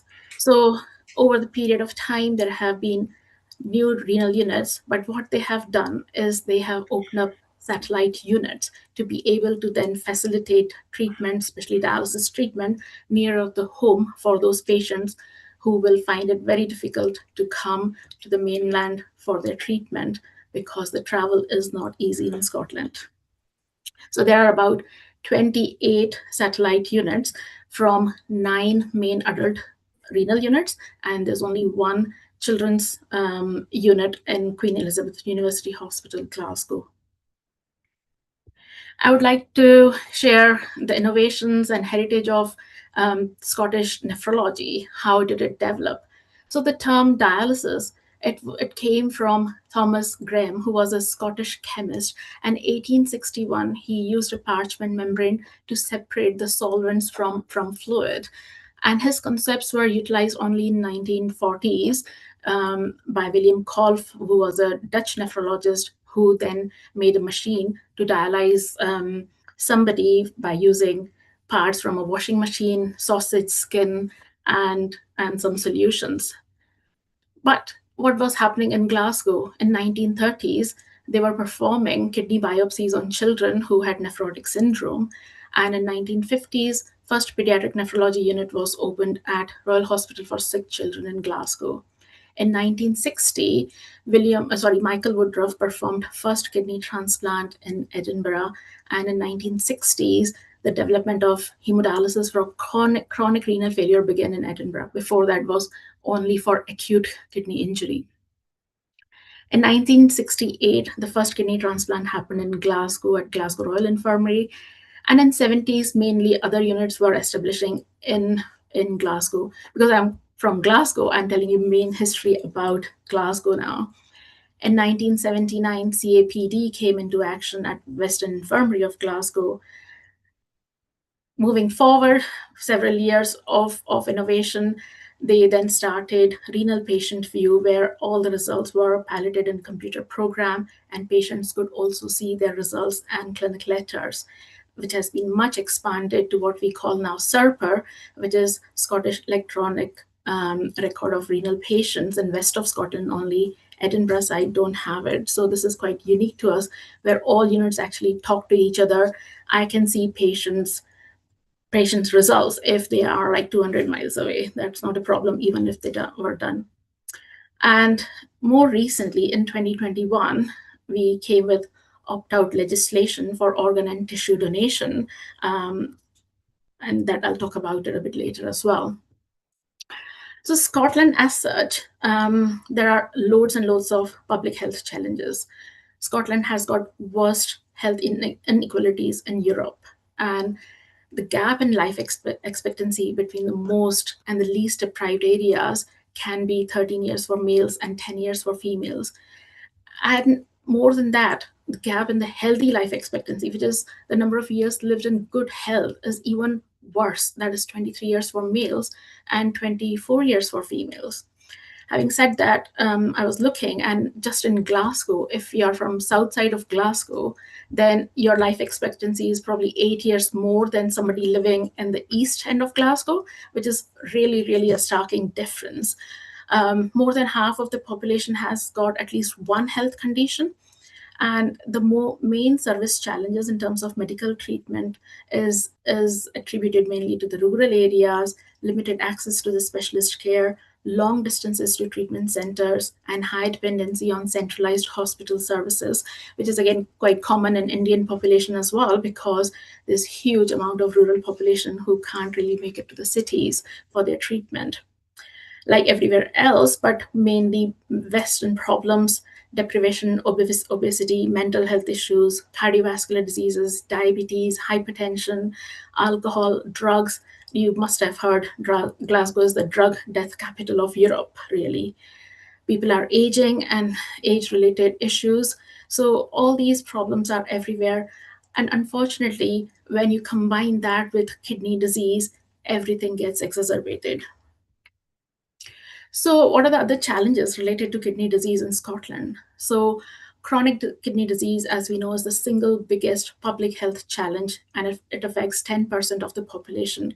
More than that, if two people are diagnosed with chronic kidney disease, there's one person who has not been diagnosed and they have got no idea that they have got kidney disease at all. At primary care level, there's no screening program as such. So we don't have any data on what is the prevalence of chronic kidney disease in community. And we used to have signed guidelines for chronic kidney disease, but they have not been updated for a long time, although we have got national guidelines with NICE, but there are no clear recommendations to our GPs who don't know what to do and which guidelines to follow. And that's why there has been a bit of lag for screening in the community. There is lack of information and resources for early detection and management of chronic kidney disease. And again, as I mentioned earlier, that huge population lives in two big cities, and the population is concentrated there, and rest of them don't have much access. So the island's population amounts to about 70,000, and they're quite far away from the main dialysis units and renal clinics and regular follow-ups.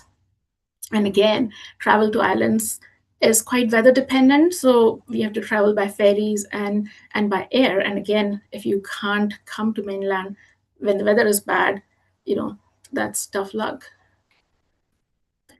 Challenges related to kidney disease, again, there has been a huge amount of work done by Kidney Research UK, which is one of the big charities, and they did some modeling and suggested that if we carry on like that, then more than 10,000 people in Scotland will need dialysis by 2033. So they produced this report in 2023. So they were predicting what will happen in 10 years' time.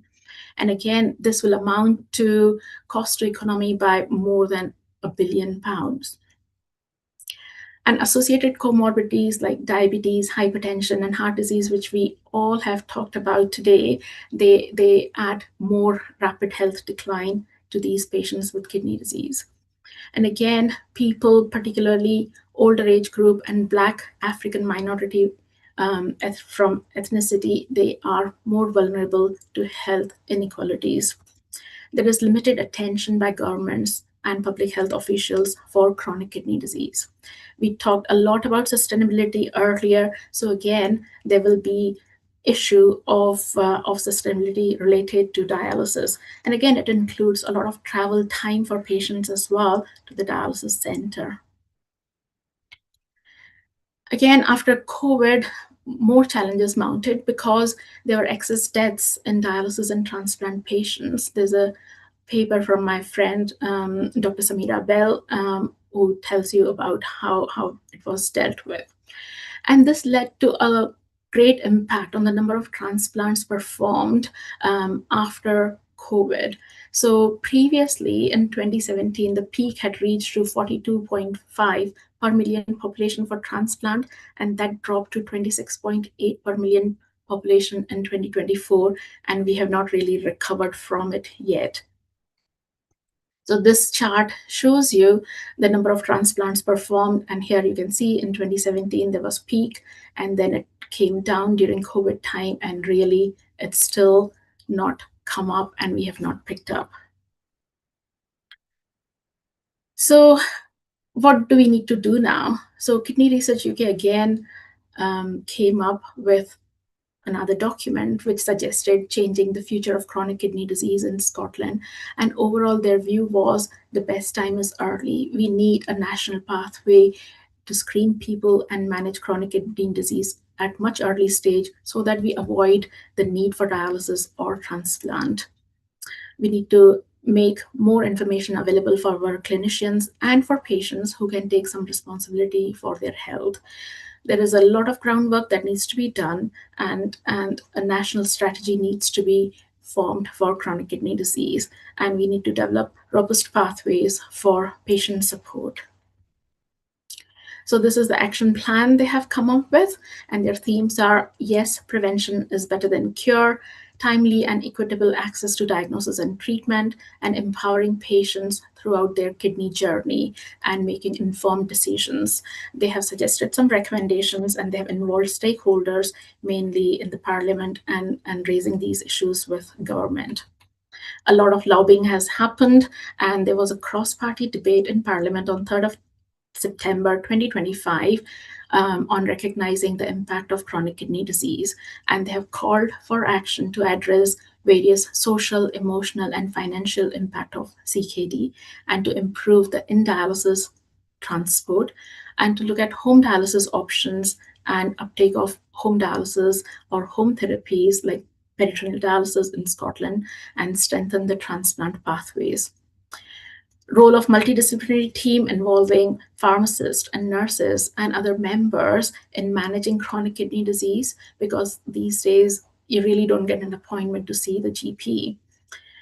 Make IT platforms much more robust so that patients can access their records, or more availability of near me consults or telemedicine to look after patients with kidney disease. And again, the mental health and psychological and social support for patients with kidney disease is of paramount importance, and that should not be ignored. Moreover, we need to concentrate more on health inequalities. And again, in Scotland, about 4.5% of the population is Asian. So, we have been working to look at that. There have been other resources that have been developed because the population is rural. There are actually now new curriculums being developed, and doctors are being trained in rural health and care information, and so there are going to be trainees or more general practitioners who will be involved, and those probably can be trained to look after patients with chronic kidney disease in Ireland especially. So we have got a Scottish Renal Association, which is a group of multidisciplinary members that includes doctors, trainees, nurses, pharmacists, dialysis associates and all, not only from Scotland, but beyond as well. So we are basically a network of nephrology family across Scotland, and we meet.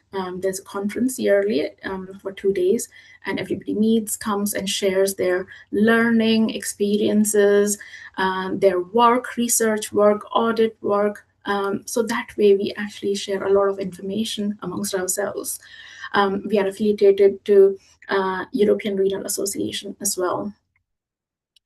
So Scottish Renal Association has got a special part which is called Scottish Renal Registry. It's a national registry of patients who are receiving renal replacement therapy at the moment.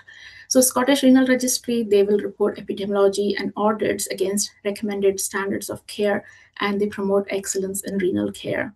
All NHS renal units contribute fully, and all the data is published by Public Health Scotland and fed into the UK Kidney Association registry as well. So SSR complies reports for quality improvement, including audit and peer review, research, service planning, and teaching as well. So anybody who wants to do an audit, they can actually apply to SRR and get some data. So this is a snap of what the report was from 2025. So every year, Scottish Renal Registry will submit a report.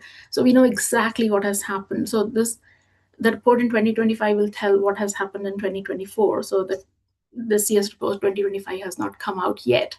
So we know in 2024, 237 patients received a kidney transplant. 61 patients were using home hemodialysis. 182 patients were using peritoneal dialysis. 1946 people were using in-center dialysis. 615 people, they started kidney replacement therapy for the very first time, and 5,750 people in Scotland received kidney replacement therapy. We also keep record of patients who are not suitable for dialysis and transplant and receive conservative care, and the number was 308. We have also started keeping data about the vaccinations, so especially for COVID and flu vaccines, as to how many people have taken the vaccines. So the Scottish Renal Registry started collecting data from 1960, and all this data is available. So it tells you the annual incidence of patients starting kidney replacement therapy between 1960 to 24 and what modality was used. So you can see mostly it was hemodialysis before, a bit of PD, and transplant really started from this end at the bottom. Number of patients receiving kidney replacement therapy from 31st of December 1960 to 24 by modality of treatment. So now we can see more and more people have got transplant. Still a lot of people on hemodialysis, some on peritoneal dialysis in different forms, APD or CPD, but there are patients, very small number of patients using home hemodialysis therapies. This chart shows you the age-specific prevalence of kidney replacement therapy, and it shows you that this is for children. But as we are getting older, more recently we have been getting more and more people in the age group 65 to 70 and above 70 who have got advanced kidney failure. And then we are looking after those patients, and they will have associated other comorbidities as well. Number of kidney transplants performed in Scotland over all these years. So you can see there has been increase in the living donor transplant, and also if it was after disease donation, after brain death or circulatory death, that data is also recorded. And as I told you, all renal units contribute, and actually all the data is in open, because then we compare different units as to how they are doing. So you can see this one is Royal Hospital for Children. So most children had transplants, but then in other units, what are the more modes of kidney replacement therapy, whether it's transplant or hospital hemodialysis or CAPD or APD. So that gives you, and there's a lot of other information which is collected. So this was just basically to show you some charts as to how the data is collected and shared. So I've been a part of Kidney Research UK as well, and there's a program that is run which is called Scottish Peer Educator Program, mainly for organ and tissue donation. So here, volunteers of different faiths and Scottish or South Asian communities based in either Edinburgh or Glasgow participate, and they raise awareness and educate the community on kidney health, on the risk of kidney disease, and the need for organ and tissue donors within the South Asian communities. As we know, South Asian people have to wait a lot longer than white counterparts for a transplant. We also promote the opt-out system of organ and tissue donation, which came into action in 2021. Basically, unless you have said that you don't want to donate, you will be considered a donor. We promote living donation and help people to make informed donation decisions and encourage them to discuss with their family and inform them of their decisions. There's huge amount of research going in as well, which contributes to the development of different things. And I wanted to share with you that one of the transplant registrars from Aberdeen got an award last year in American Society of Transplant, and this was the first British doctor getting an award for bringing out research for breakthrough bedside test aiming to tackle transplant rejection, and that will then avoid doing kidney biopsies to diagnose rejection. So there's a huge amount of data with Scottish Renal Registry, which they'll be able to share with their trainees if they want to do any research project. And Kidney Research UK has spent a lot of money over last 10 years, over 60 years actually, but this much is the amount in the last 10 years in Scotland only. So the challenges for renal research is there's insufficient funding from government to do research projects, and there's heavy reliance on charities to support it. The procedure to apply for research are difficult, and there are lots of loopholes. The long training process at the current times for medicine and getting time out for research is very difficult. There are lack of jobs and opportunities as well.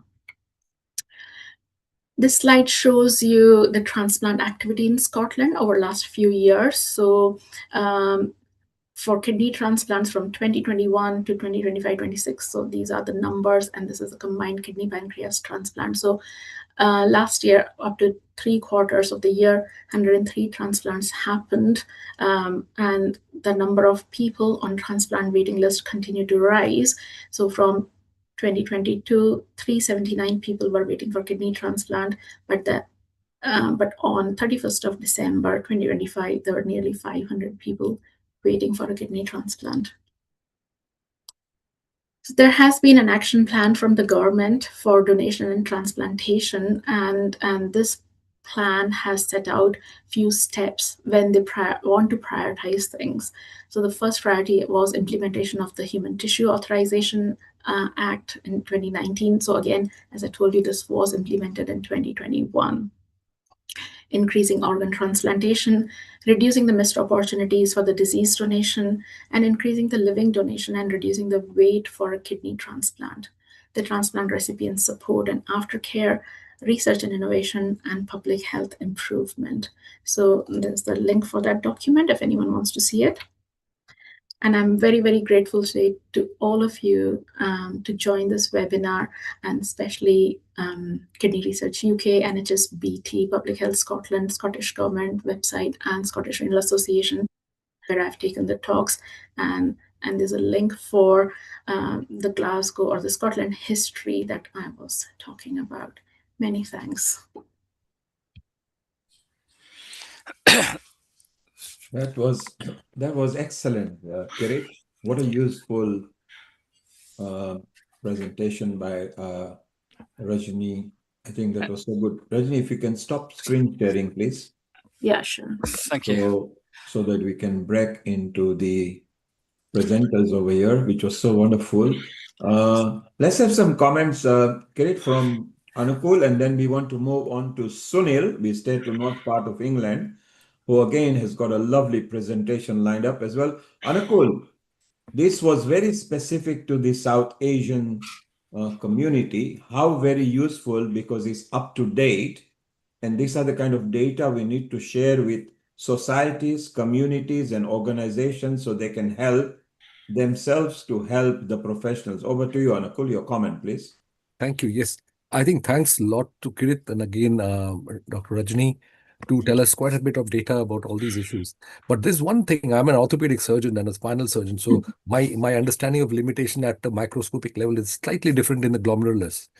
But I have got a sort of a very different, and take it as a null hypothesis. My overall view is that knowing very well that the renal conditions can alter the gut microbiome by what you call leaking gut syndrome and things like that, and various kind of autoimmune conditions can result in changes in renal functions. My idea is that the evolution wise, we have not been able to make the changes that is necessary to accommodate all the toxic material that is there in the food, the fast food stuff, and all the things which are resulting in a lot of metabolic disorders and are possibly resulting in the renal conditions as well. First of all, my knowledge about it is very limited. I'm just making an assumption that these things are contributing to the renal failure, and that's why you're getting these conditions much more often in younger kids. That is my vague theory. If that be so, what are we doing in terms of prevention? Number one, first of all, you got to prove that is so. So thinking about Scotland, where I actually worked as a consultant for a few years, not far away from Glasgow, I knew that there are people who are very categorically good about maintaining their own food standards and things like that. So there must be a difference between cities and renal conditions as opposed to villages who are stay very isolated.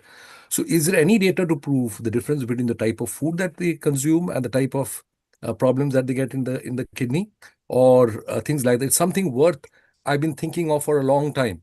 And I said, how is it possible to prove it that microbiomes influence the type of the leaking gut syndrome, and that in turn is likely to influence the outcome of chronic renal conditions and vice versa.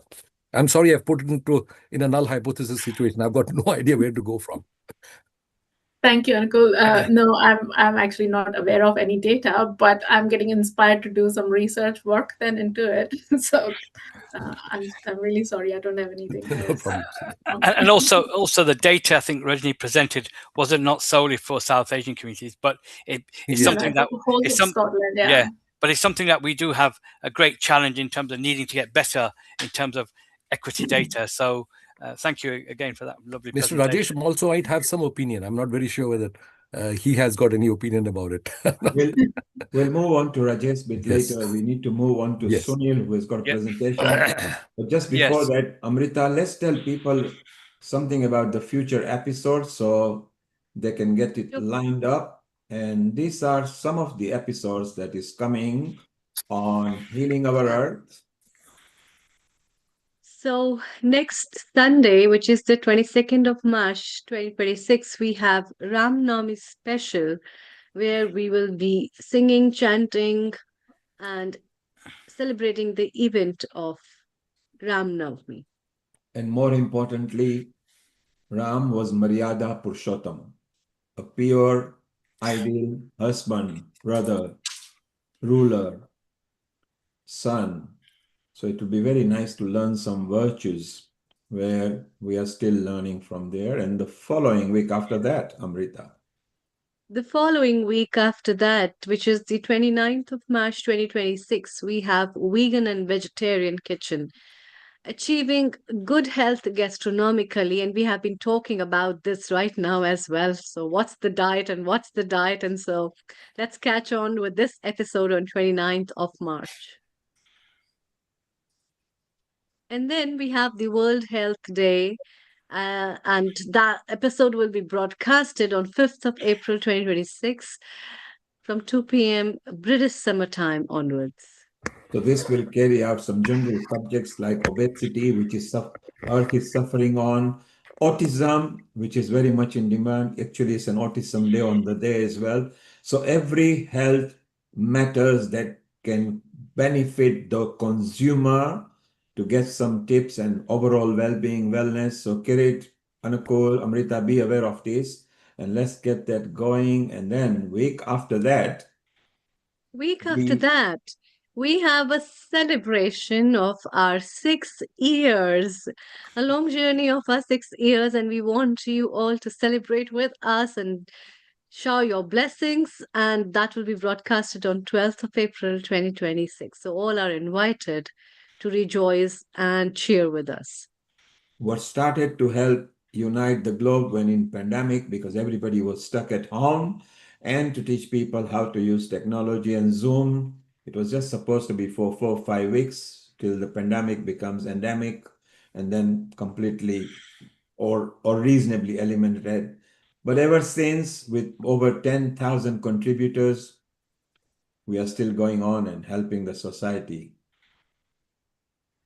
Earth Day special. Our power is our planet, and therefore, this episode is exclusively broadcasted on 19th of April 2026 from 2 p.m. British Summer Time onwards. And there are much more episodes lined up throughout the year. For those who want to know more about them, just go to the future episodes at Healing Our Earth website and you will be able to actually see them. It'll be wonderful. So now, Amrita and Kirit, let's move to Sunil Daga, who has been here quite often and helped people many a times, who is not just a nephrologist, but he is also in intensive care a unit and a board as well. He's part of some trusts as well, which is so beautiful. We've got his PowerPoint lined up as well. So Kirit, introduce a bit to Sunil, and Sunil can get cracking with his research and kidney in South Asia. Yeah, so Global Namaste, Sunil Bhai, thank you for joining us. Sunil Bhai is not new to this. He's been with Healing Our Earth for many years, and he's also a good colleague as well, and doing some amazing work in the community, particularly looking at our South Asian community. He's a clinical associate professor for University of Leeds and an honorary consultant kidney specialist at St. James University Hospital. And today, the topic really is about research, and Dr. Rajni looked at research and the challenges we have within the South Asian community is our communities are not getting involved in research or clinical trials as much. So hopefully your presentation today, Sunil, will enlighten the challenges, but also how we can get more research into our communities. So thank you for joining us. Thank you, Kirit Bhai, and Global Namaste, Neil, Amrita ji. Good to be back. Can you hear me okay? Loud and clear. Excellent. Okay, well, I'm so sorry I couldn't join early. I've been in the Midlands, doing my parental duties. The children were having Khel Pratiyogita today on Mother's Day, and it was only women's allowed, but I've just squeezed out a place to do this talk. So apologies if there is some repetition happening. Rajniji, really focused on Scotland, and I'm just going to get you back to the global health. Coming back to the Healing Our Earth, right?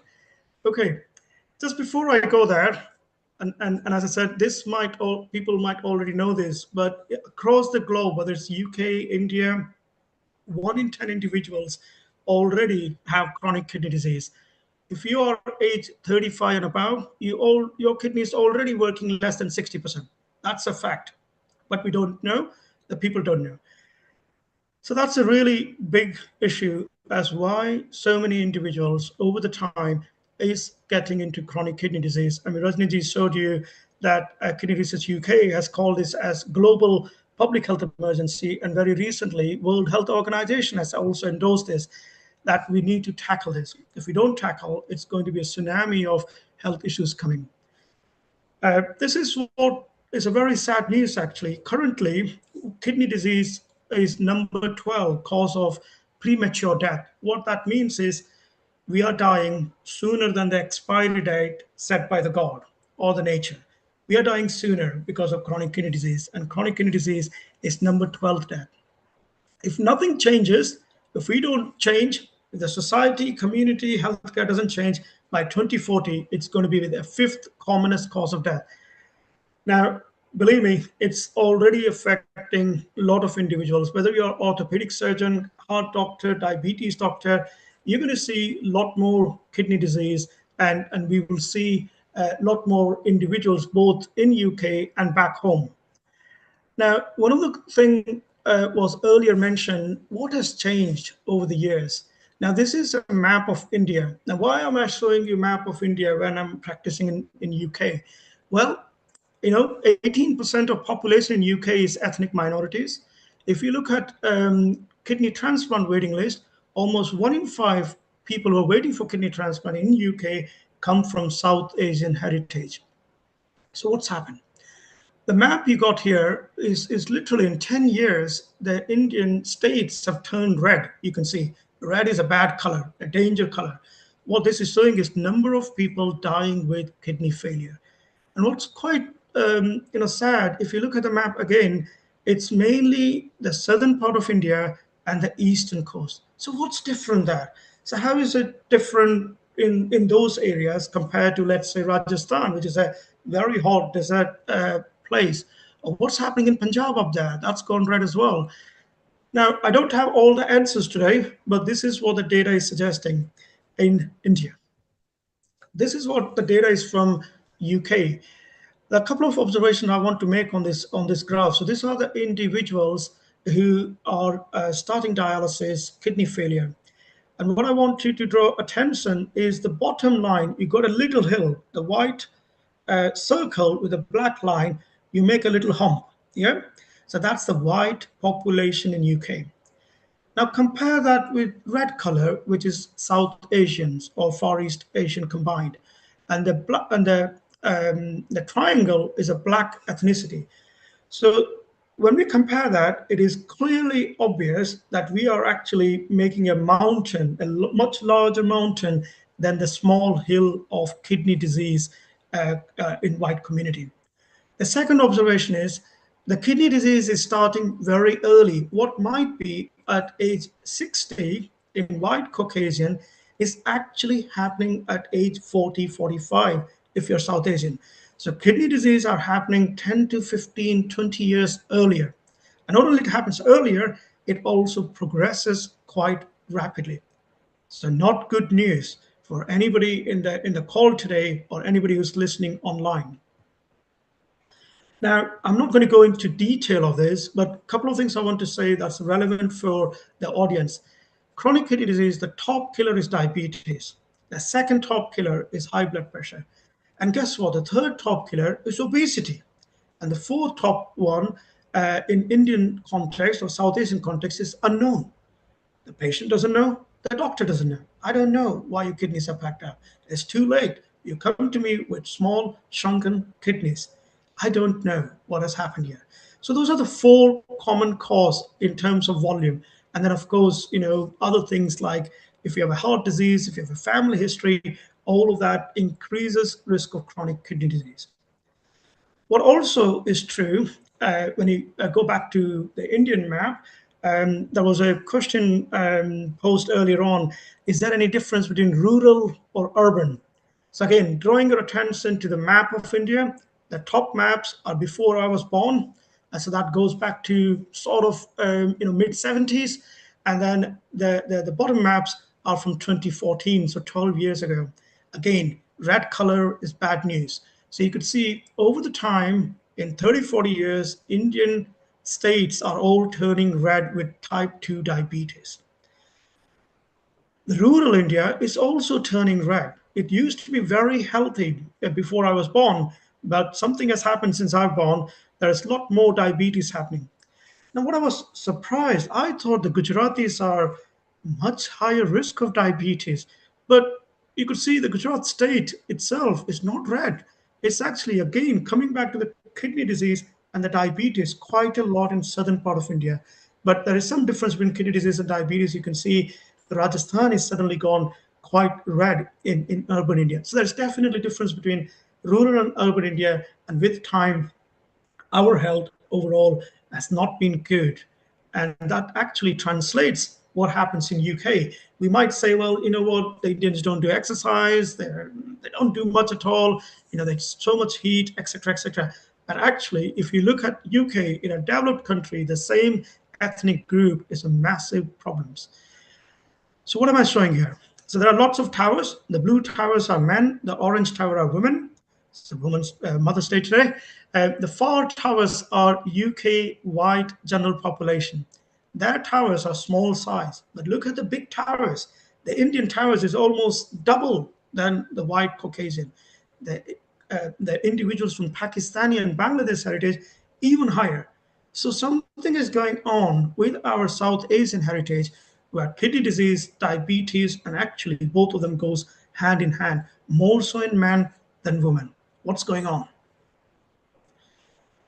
Then this study I want to draw your attention. This is from Southall, which is a suburb in London, predominantly Punjabi population. That's the blue line. The orange line is from India, from Daryaganj. So that's a suburb in Delhi. And the green line is white Caucasian in Southall. So you can see that the green line goes up, up, up as the individuals get older. And same thing for the blue and orange line. But what happens at the very end? The green line keeps going up, but the blue line falls. The orange line falls. And you'll be thinking, why? Why they're falling down? Well, basically, people with diabetes are dying much earlier if you're from South Asian heritage. And again, just like the kidney disease, diabetes is happening almost 20 years early. You can see what the diabetes rate would be for 55-year-old white Caucasian is same in 35-year-old South Asian. Really bad news. Something is happening with our ethnicity, with our communities, and you could have some hypothesis in your mind why that might be the case. Same country, same gut microbiome, probably. We're drinking the same water, yeah, in Southall, but a huge difference in that. Coming back to the maps, I like maps. So what is this map? Again, India has come back red, and so is Mexico. So these are the hotspot of unknown cause of kidney failure. We already know diabetes, hypertension, and heavy weight is causing kidney disease, but also in Indian territory, a lot of unknown cause of kidney disease. Now, there are many hypotheses going on that. One of the one I found recently is skin whitening cream has high mercury. There was a study done in Indian airport with all these very expensive creams that do not declare how much mercury is in there. And the researchers found that actually those creams have a lot of high mercury and could contribute to high prevalence of kidney disease. Now, the challenge with kidney disease, I'm sure it's been already mentioned, it's a silent disease. You don't get any symptoms until the kidney goes below 10%. So you may be having something applying on your skin, you might be eating something, you might be at some risk factors, silently is going on, and one good day you feel knackered, shattered, headache, and boom, your kidney is 6%. So that's the problem. So please be careful, use natural things, eat natural food, cook yourself. Ultra processed food is no good. Red meat also has been attributed to increasing chronic kidney disease. So there's a lot of things that research are looking into, but I'm coming to just last few slides as I'm just putting you a case as why research is important. Coming back to the theme of this World Kidney Day, which very much relates to healing our earth. So World Kidney Day has been celebrated for the last 20 years, and this year the theme is about protecting the planet. How come kidney disease is affecting the planet? We actually are contributing to a lot of green gas in here. So just a single dialysis session, okay? Individuals do 3 dialysis sessions a week to stay alive. And some individuals can be there for 5 years, 10 years in UK. And just a single dialysis session is driving a car for 240 kilometers. So I think I might be midway, Rajni, on the way to Glasgow from Leeds. And if I go back and forth, that is 2 dialysis sessions. So that's a lot of CO2. For 1 dialysis session, you need 350 to 500 liters of pure water, not any water, a lot of water purification. So that's not a good news. We already are not got enough water for people to drink. In a lot of countries in Africa and certainly where I come from, Rajasthan, we don't have drinking water. Now, if you want to dialyze somebody and consume 350 to 500 liters of water in 1 dialysis session, that's not good. So what can we do? So on the bottom part, the research suggested that if again the towers, the red tower is hemodialysis, that's bad news. So the human cost, the ecosystem cost, and money, everything bad if we are going to choose dialysis. or if your focus is purely getting people onto dialysis, what we need to do is to move those people from a hemodialysis to peritoneal dialysis. It's not that common actually in developing countries, and even in UK, majority, almost 80% or more, is hemodialysis. And for people who are fit, the best treatment is kidney transplantation. And for the kidney transplantation in a country like India and in UK, the best way to get kidney transplant is somebody that a living person coming forward to donate a kidney. Of course, the deceased donation is there, but you have to wait. The waiting means you're not only affecting your health, you're affecting the health of the planet. So what's sort of painted not so good news, right? What research is showing. So what is good? What has research done? A little complicated slide, I'm afraid. I tried my best with AI to simplify this. So this graph, I want you to get your attention on 3 lines. The dotted lines, the gray line on the top, is natural decline in your kidney as you grow old. I mean, you've seen me 2 years ago, I've lost some hairs. Same way, as you grow older, you will lose some kidney function. So that's a natural thing, that gray dotted line. If you have diabetes, then that's the red line. You can see as you grow older with diabetes, the kidney function rapidly goes down, almost 5% every year. Now, as a result of research over the last 10 years, we are able to shift that to blue line. It's not back normal, but it's not far from normal. We now have 4 different groups of drugs that can actually stop kidney from failing. I repeat, it can stop kidney from failing if we have diabetes, and if you are not on those medicines. It's really important that you have a conversation with your doctors, with the diabetologist, to get them on. The challenge we have is the research is one thing, the implementation of these drugs is in itself a challenge. There is a lot of implementation science going on, a lot of rationalizing. Do I do a knee replacement, or do I give these drugs that will prevent the kidneys? So there's constant conflict, constant push and pull of various different treatments happening in a public health service like NHS. That net result is only 5% of eligible people are on this full treatment. And what that means is that individual's kidney is going to go down and they will end up on dialysis. So this is the first time in my life as a kidney doctor, I am actually positive that we could do something about the kidneys, but it can't be done just in the kidney department, because a lot of this needs to happen in the GP practice, in anybody and everybody really to look after. The second thing, the timing of these drugs are really important. Very busy slides, but I don't want to go into detail. What this slide is showing on the top, the blue line is if you have this drug, compared to the orange line on the top that falls rapidly.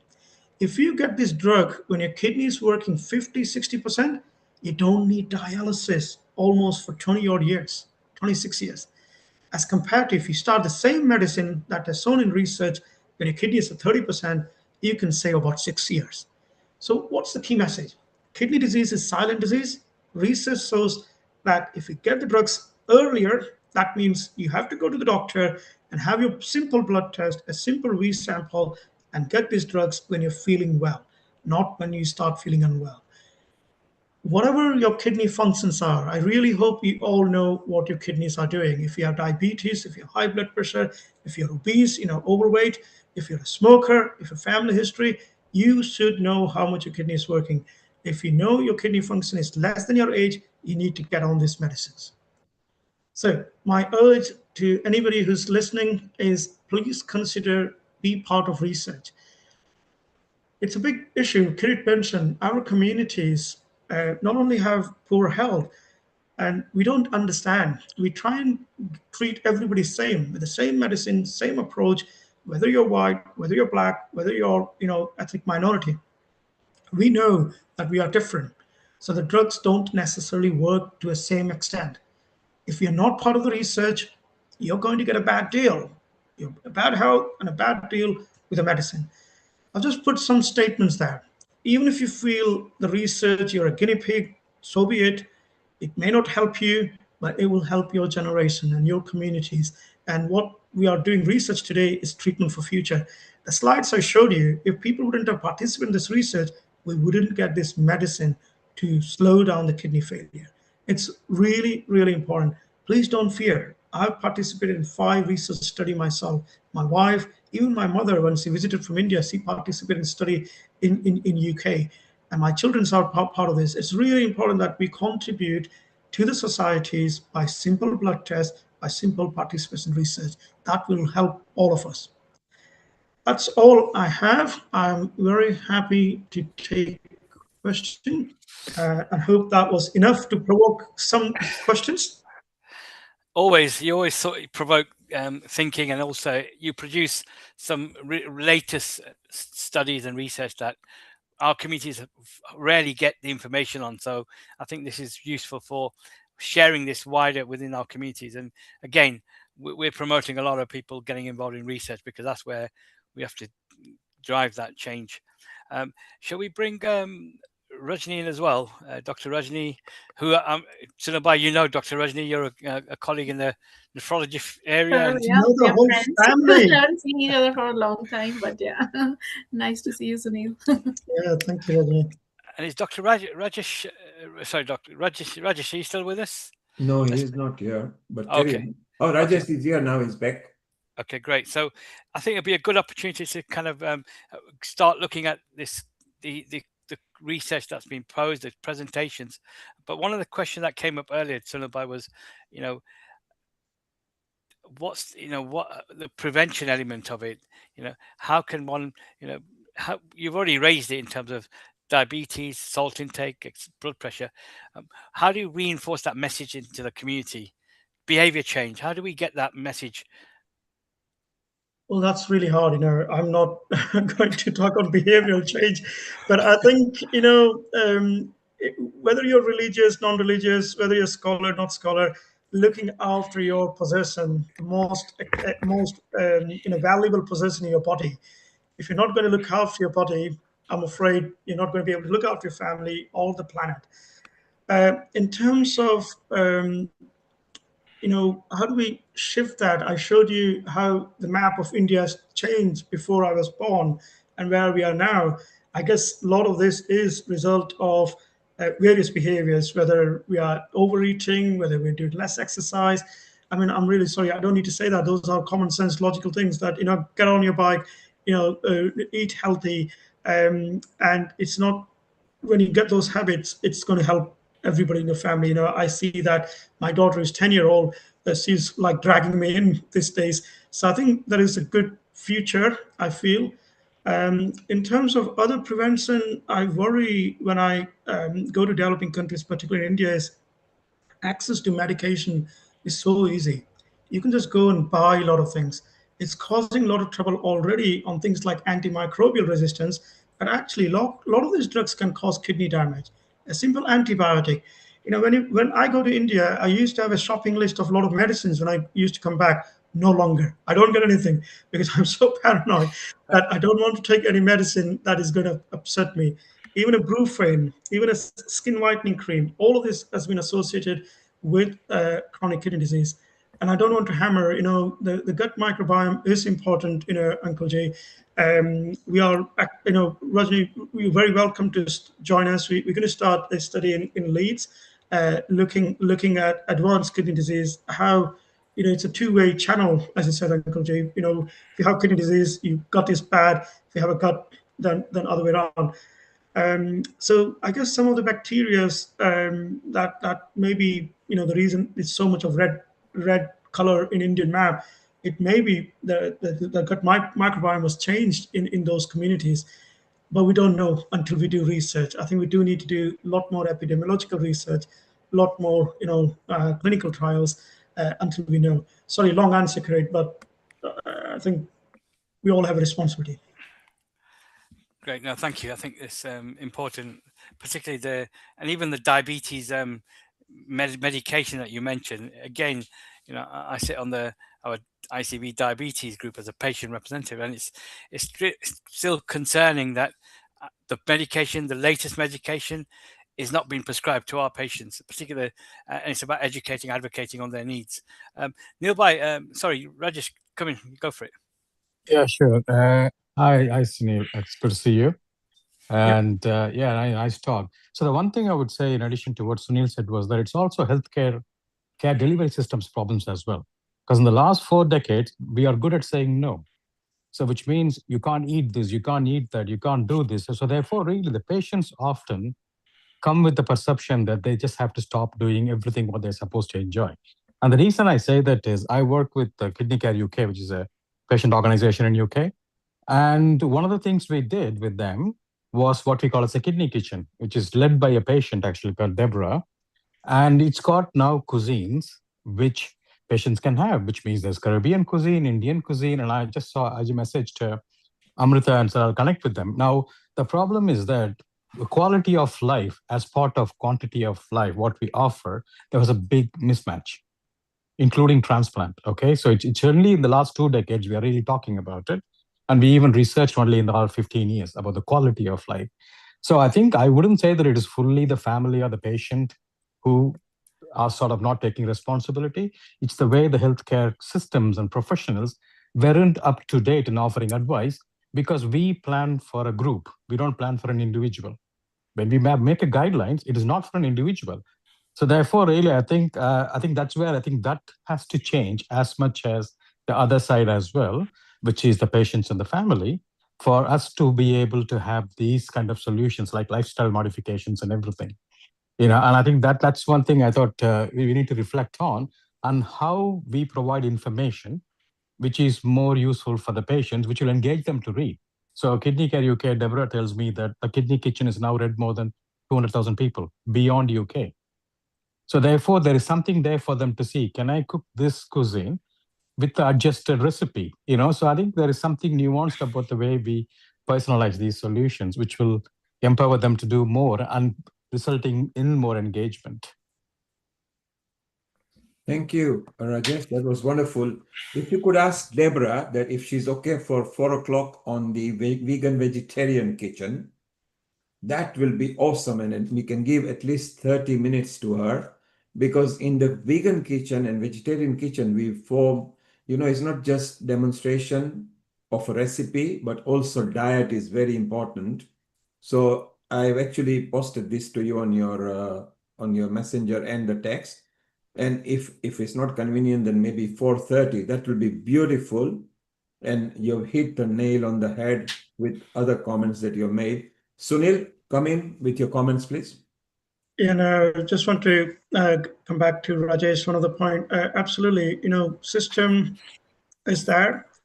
But I'll give you an example why I feel individual needs to do more. I'm not blaming individual or community. So NHS is a public health service. We have a free health check after age of 40. Every 5 years, free. That checks for cholesterol, obesity, diabetes, hypertension, kidney disease. Individuals gets a text message, and guess what? Out of 8 people, 1 will come.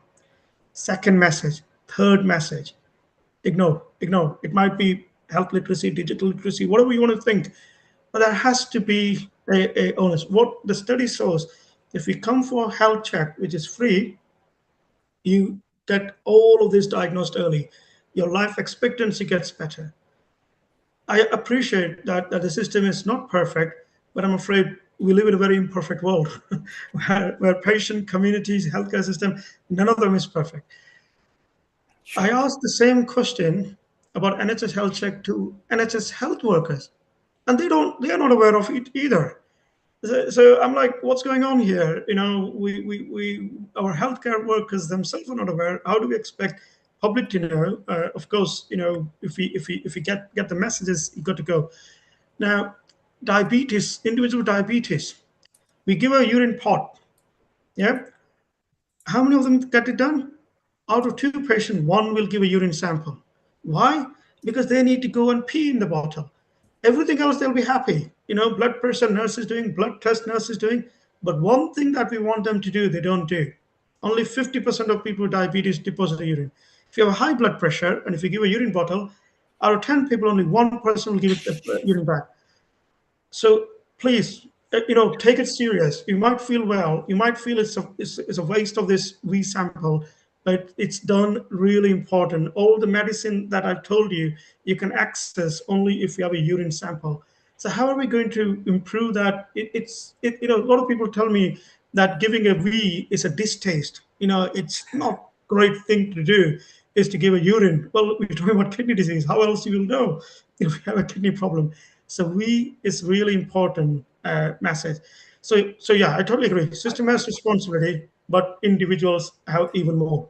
But I think also I tend to agree with both of you that still we need to advocate and educate the patients in terms of what are their options, what can they do, because again, you're right, we're doing a lot of work around health checks and making sure people go and get them, but again, you can only do that. But I'm going to just bring you in because you've been here all day today. Obviously, you're a kidney patient yourself. What are this? You're a vegetarian, so diet wise. But what are the challenges that you feel it's challenging? Obviously, we talked about mental health earlier, so we don't want to go there. But what are the things that other patients could be learning from your experience? I actually agree with Sunil to a lot of extent that the NHS does provide a lot of information, but I think our community actually are probably a little apprehensive about giving their samples of anything, and there is a lack of awareness about what these samples can actually do for them to make their life better. I, for one, have realized since I was diagnosed that giving a sample it gave me 22 years before going on dialysis. And the only reason why I went on dialysis was because of my hernia. And because that hernia needed operating, there was like no other choice because the kidneys just would not have been able to cope with that big operation. And since then, since the transplant, which I've had only 6 months ago, I know. Thank you, Sunil. He's actually known me for a long time as well. So what I mean, for I think just at the beginning of COVID, we had as a family changed our diet drastically, and even though we're vegetarians, there was a lot of things that kidney disease does which is not always apparent to a lot of people, especially our community, that if you don't have enough protein, you have a lot of muscle wastage. And I know for a fact that I went through a lot of tests and I realized my muscles were just not there. And no, those signs are something that you realize and you start doing something about it. So I started doing my own research on what helps me to actually, improve my diet. I am so fortunate that I have sisters who will actually help me and say, okay, let's try and plan this for it. Again, we hardly ever go out to eat. We've made our main meal at lunchtime. So, it has enough time to digest. So I used to, when I was working, I had to have that in the evening. But if I was still working, I decided I would take my main lunch at lunchtime because that gives it a better time to digest. So those little kind of changes has made a big thing. But that is only because I have gone through it and I suppose I'm aware of it, I'm educated, but there is still a big Asian population, who are not aware of what these things are doing to them. And that's why I think, Kiritbhai, we probably need to start off having a pilot project or something like that in Leicester, because we've got a major ethnic community, and do it on a regular basis where this awareness is creating independence and a lot more sort of, strength to the person before they make a decision. They want to look after their health. These are some of the tips for Leicester on how to, stay well. And, we are very fortunate that we come from a tradition where there is a lot of traditional things you can do, like yoga, meditation, and, even even like the massages, panchtantras, the alternative medicines like reflexology, which doesn't mean taking a sort of, tablets and things inside you, but you're still able to. I mean, I was doing reflexology on myself, and that was probably another reason why, I did prolong the whole thing. But these sort of things just actually help you. Sorry, my answer's been long, but it's a long journey, which has been a positive journey. No, we will follow up the ideas of looking at what we can do in Leicester. Now we've got about 4 minutes, so I just wanted to kind of give each of you the last kind of words of wisdom messaging that our communities could take over. So, Dr. Rajni, I'll let you start. Before the message, I've got a question for Sunil, if that's okay. Sure. Sorry, my raised hands was not working. Thank you so much for sharing the data, Sunil. It was a fantastic presentation. I was really startled to see the red colors, like changing on the Indian map. What my understanding is, or what we say here, sitting here saying, is the Southeast or like South Asians genetics which are making you prone for diabetes. But what is changing there in India? Like, what is the role of genetics there? Or are the genetics changing because the way people, or maybe with their lifestyles? What do you think? Yeah, no. So again, that's where we need to do research, but I feel it's more of epigenetics. So what that means is the environment or the food or the combination of things that alters how the genes behave rather than necessarily a genetic disorder. I think it's probably more of epigenetics with the changes that has happened since India opened its door to all the fast food and all sort of things. But also, you're right, unless we do research to look at the genes, we would not know. Now, I don't know when things will happen in India, but I am quite excited in UK. There is a larger study going on called Our Future Health. It's recruiting 5.5 million people from UK, and I'm one of the ambassador promoting people. Probably everybody in Leeds have nagged, go and get your bloods done. So you could just go in 10 minutes, go and give your blood, and they will chase your history 20, 30, 40 years. So in 30, 40 years down the line, I believe we will have genetic linkage, genome sequencing, linking if something happens to me or other people. Great. So yeah, I think that is something there on genetic side, but probably more epigenetic. Thank you. Sonabhai, I'll let you give your last comment really before we close this session. Well, my message really is anybody who's listening, you're now educated, empowered, and you are the champion. So please spread the message of getting your health checked when you're well, not when you start feeling unwell. Because there's lots of silent disease from diabetes, hypertension, kidney disease. They're all silent disease, and cholesterol, all silent disease. Without a simple blood check, we will not be able to help you. Thank you. Dr. Rajni? Self-care is important. Look after yourself first before looking after yourself, and give importance to yourself. Self-care is not selfishness. Parthiban?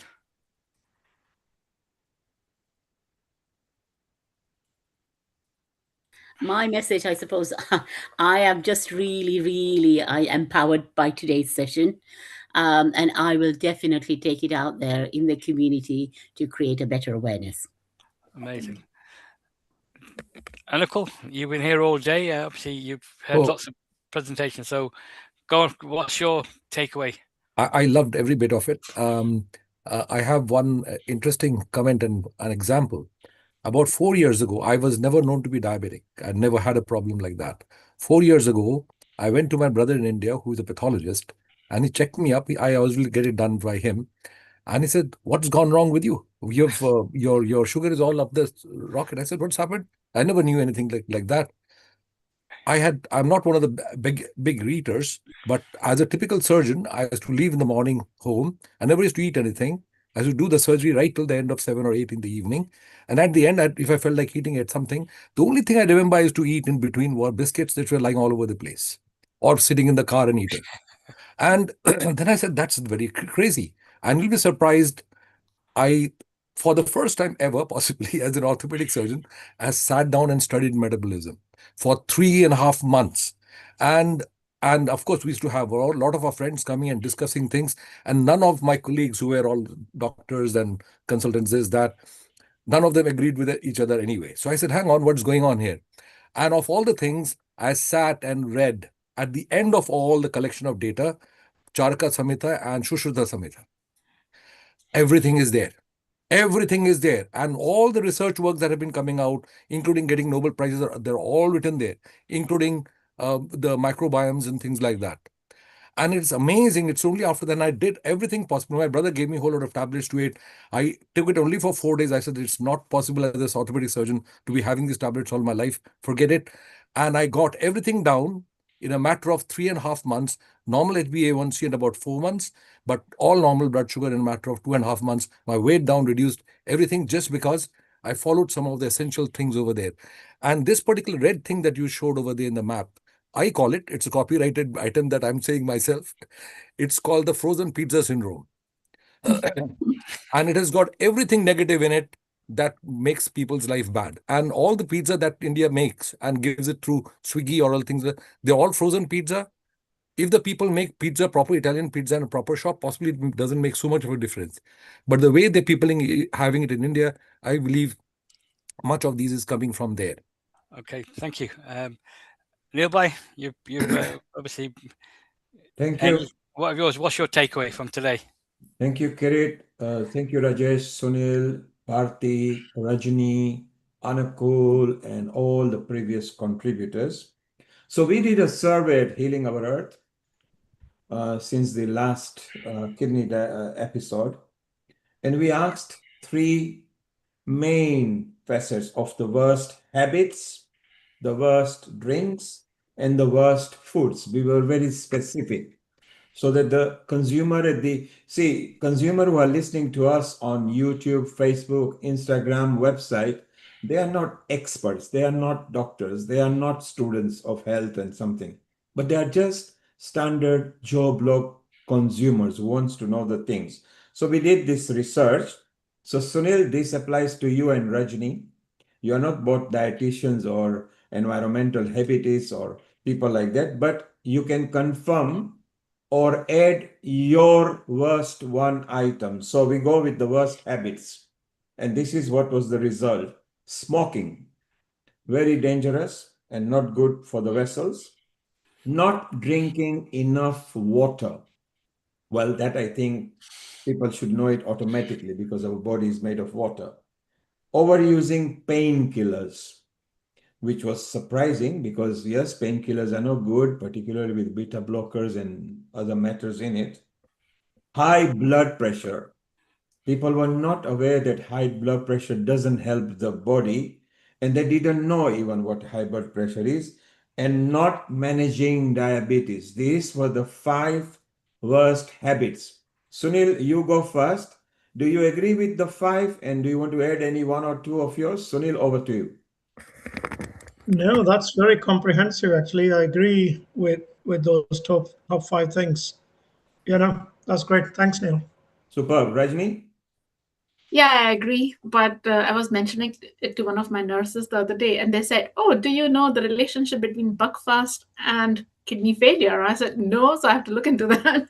So I think they were saying, "Yeah, that's the worst drink ever, and probably there's more renal disease in Scotland because of that." So I thought, okay, well, amazing. Now we go to the worst drinks, okay? Which is where, Rajni, what you were saying. Sugary sodas. People think soda are fun because obviously it's a sugar spike. Absolutely no good anyway. And frankly, nobody should be bringing any sodas at home. Simple. Energy drinks. So those who are going to the gym and everything thinks that energy drinks are good because I think they've got high caffeine and sugar content can also strain kidneys. Kidneys doesn't like washing your sugar and all those matters. Excessive coffee. Now, this literally means excessive coffee, not a cup or 2, okay? On there. Alcohol, yes, everybody says while the wine drinkers promote that a glass of red wine is healthy for you. So it's very difficult one over here. Sports drinks. And they all said, the experts say that they've got a high sodium content, and people don't realize that. So those are the 5 worst drinks that were identified. Rajni, you go first. Do you agree with those? And any you want to add on? Yeah, I would totally agree. I'm not sure about the quantity of alcohol. If a glass of wine, if we say, is good for heart, but I don't think it's bad for kidneys. So, as long as people know their pints, like how much are they drinking, so be aware of how much alcohol content is in each drink and how much you're drinking, because most people tend to underestimate the amount of drinks they are having. And Sunil? Yeah, see, the other thing I would say, what goes with alcohol is also a lot of sugar. If you have a pint of beer, that has a hell of a sugar. So, that's why you get a lot of pot belly. A lot of alcoholic or people who spend a lot of time in pub have a pot belly. So that can increase a lot of health issues, including kidney disease. So, but I agree, alcohol, one glass of wine is okay, but not if it has got a lot of sugar. And talking about the drinks, and when alcohol came, we asked actually the alcohol consumers. So the Guinness drinkers come and say a Guinness every 3 days is good for your body. Okay, and a glass of red wine, which is a proof that the Spanish and the French people always consume 25 to 50 ml shot of red wine. My take on it is it's fine. If you are very rational with it, and a glass every 2 days, Guinness was actually touted as a good for your body, as a medicine. In Africa, they used to fool people and they really used to sell Guinness. So yes, that's about alcohol. And finally, the worst foods. These are important because human being drinks, eats, and have got bad habits, so it can help. And processed meats, particularly bacon and sausages, very high sodium and preservatives in the current food market, okay? So effectively also red meat, high sodium foods like canned soups, instant noodles. If in India, noodles, everybody wants to be on a noodle quick. Students, they just want to go on a noodles. Yes, good. It's good temporarily while you're eating it, but not good for your body, what's happening later. It also used to follow with high blood pressure. Red meat, again, excessive consumption is no good. Those who are vegan, vegetarian don't have to worry too much, but those who are meat eaters, so, and it was a direct link to kidney strain if you heavily ate that every day.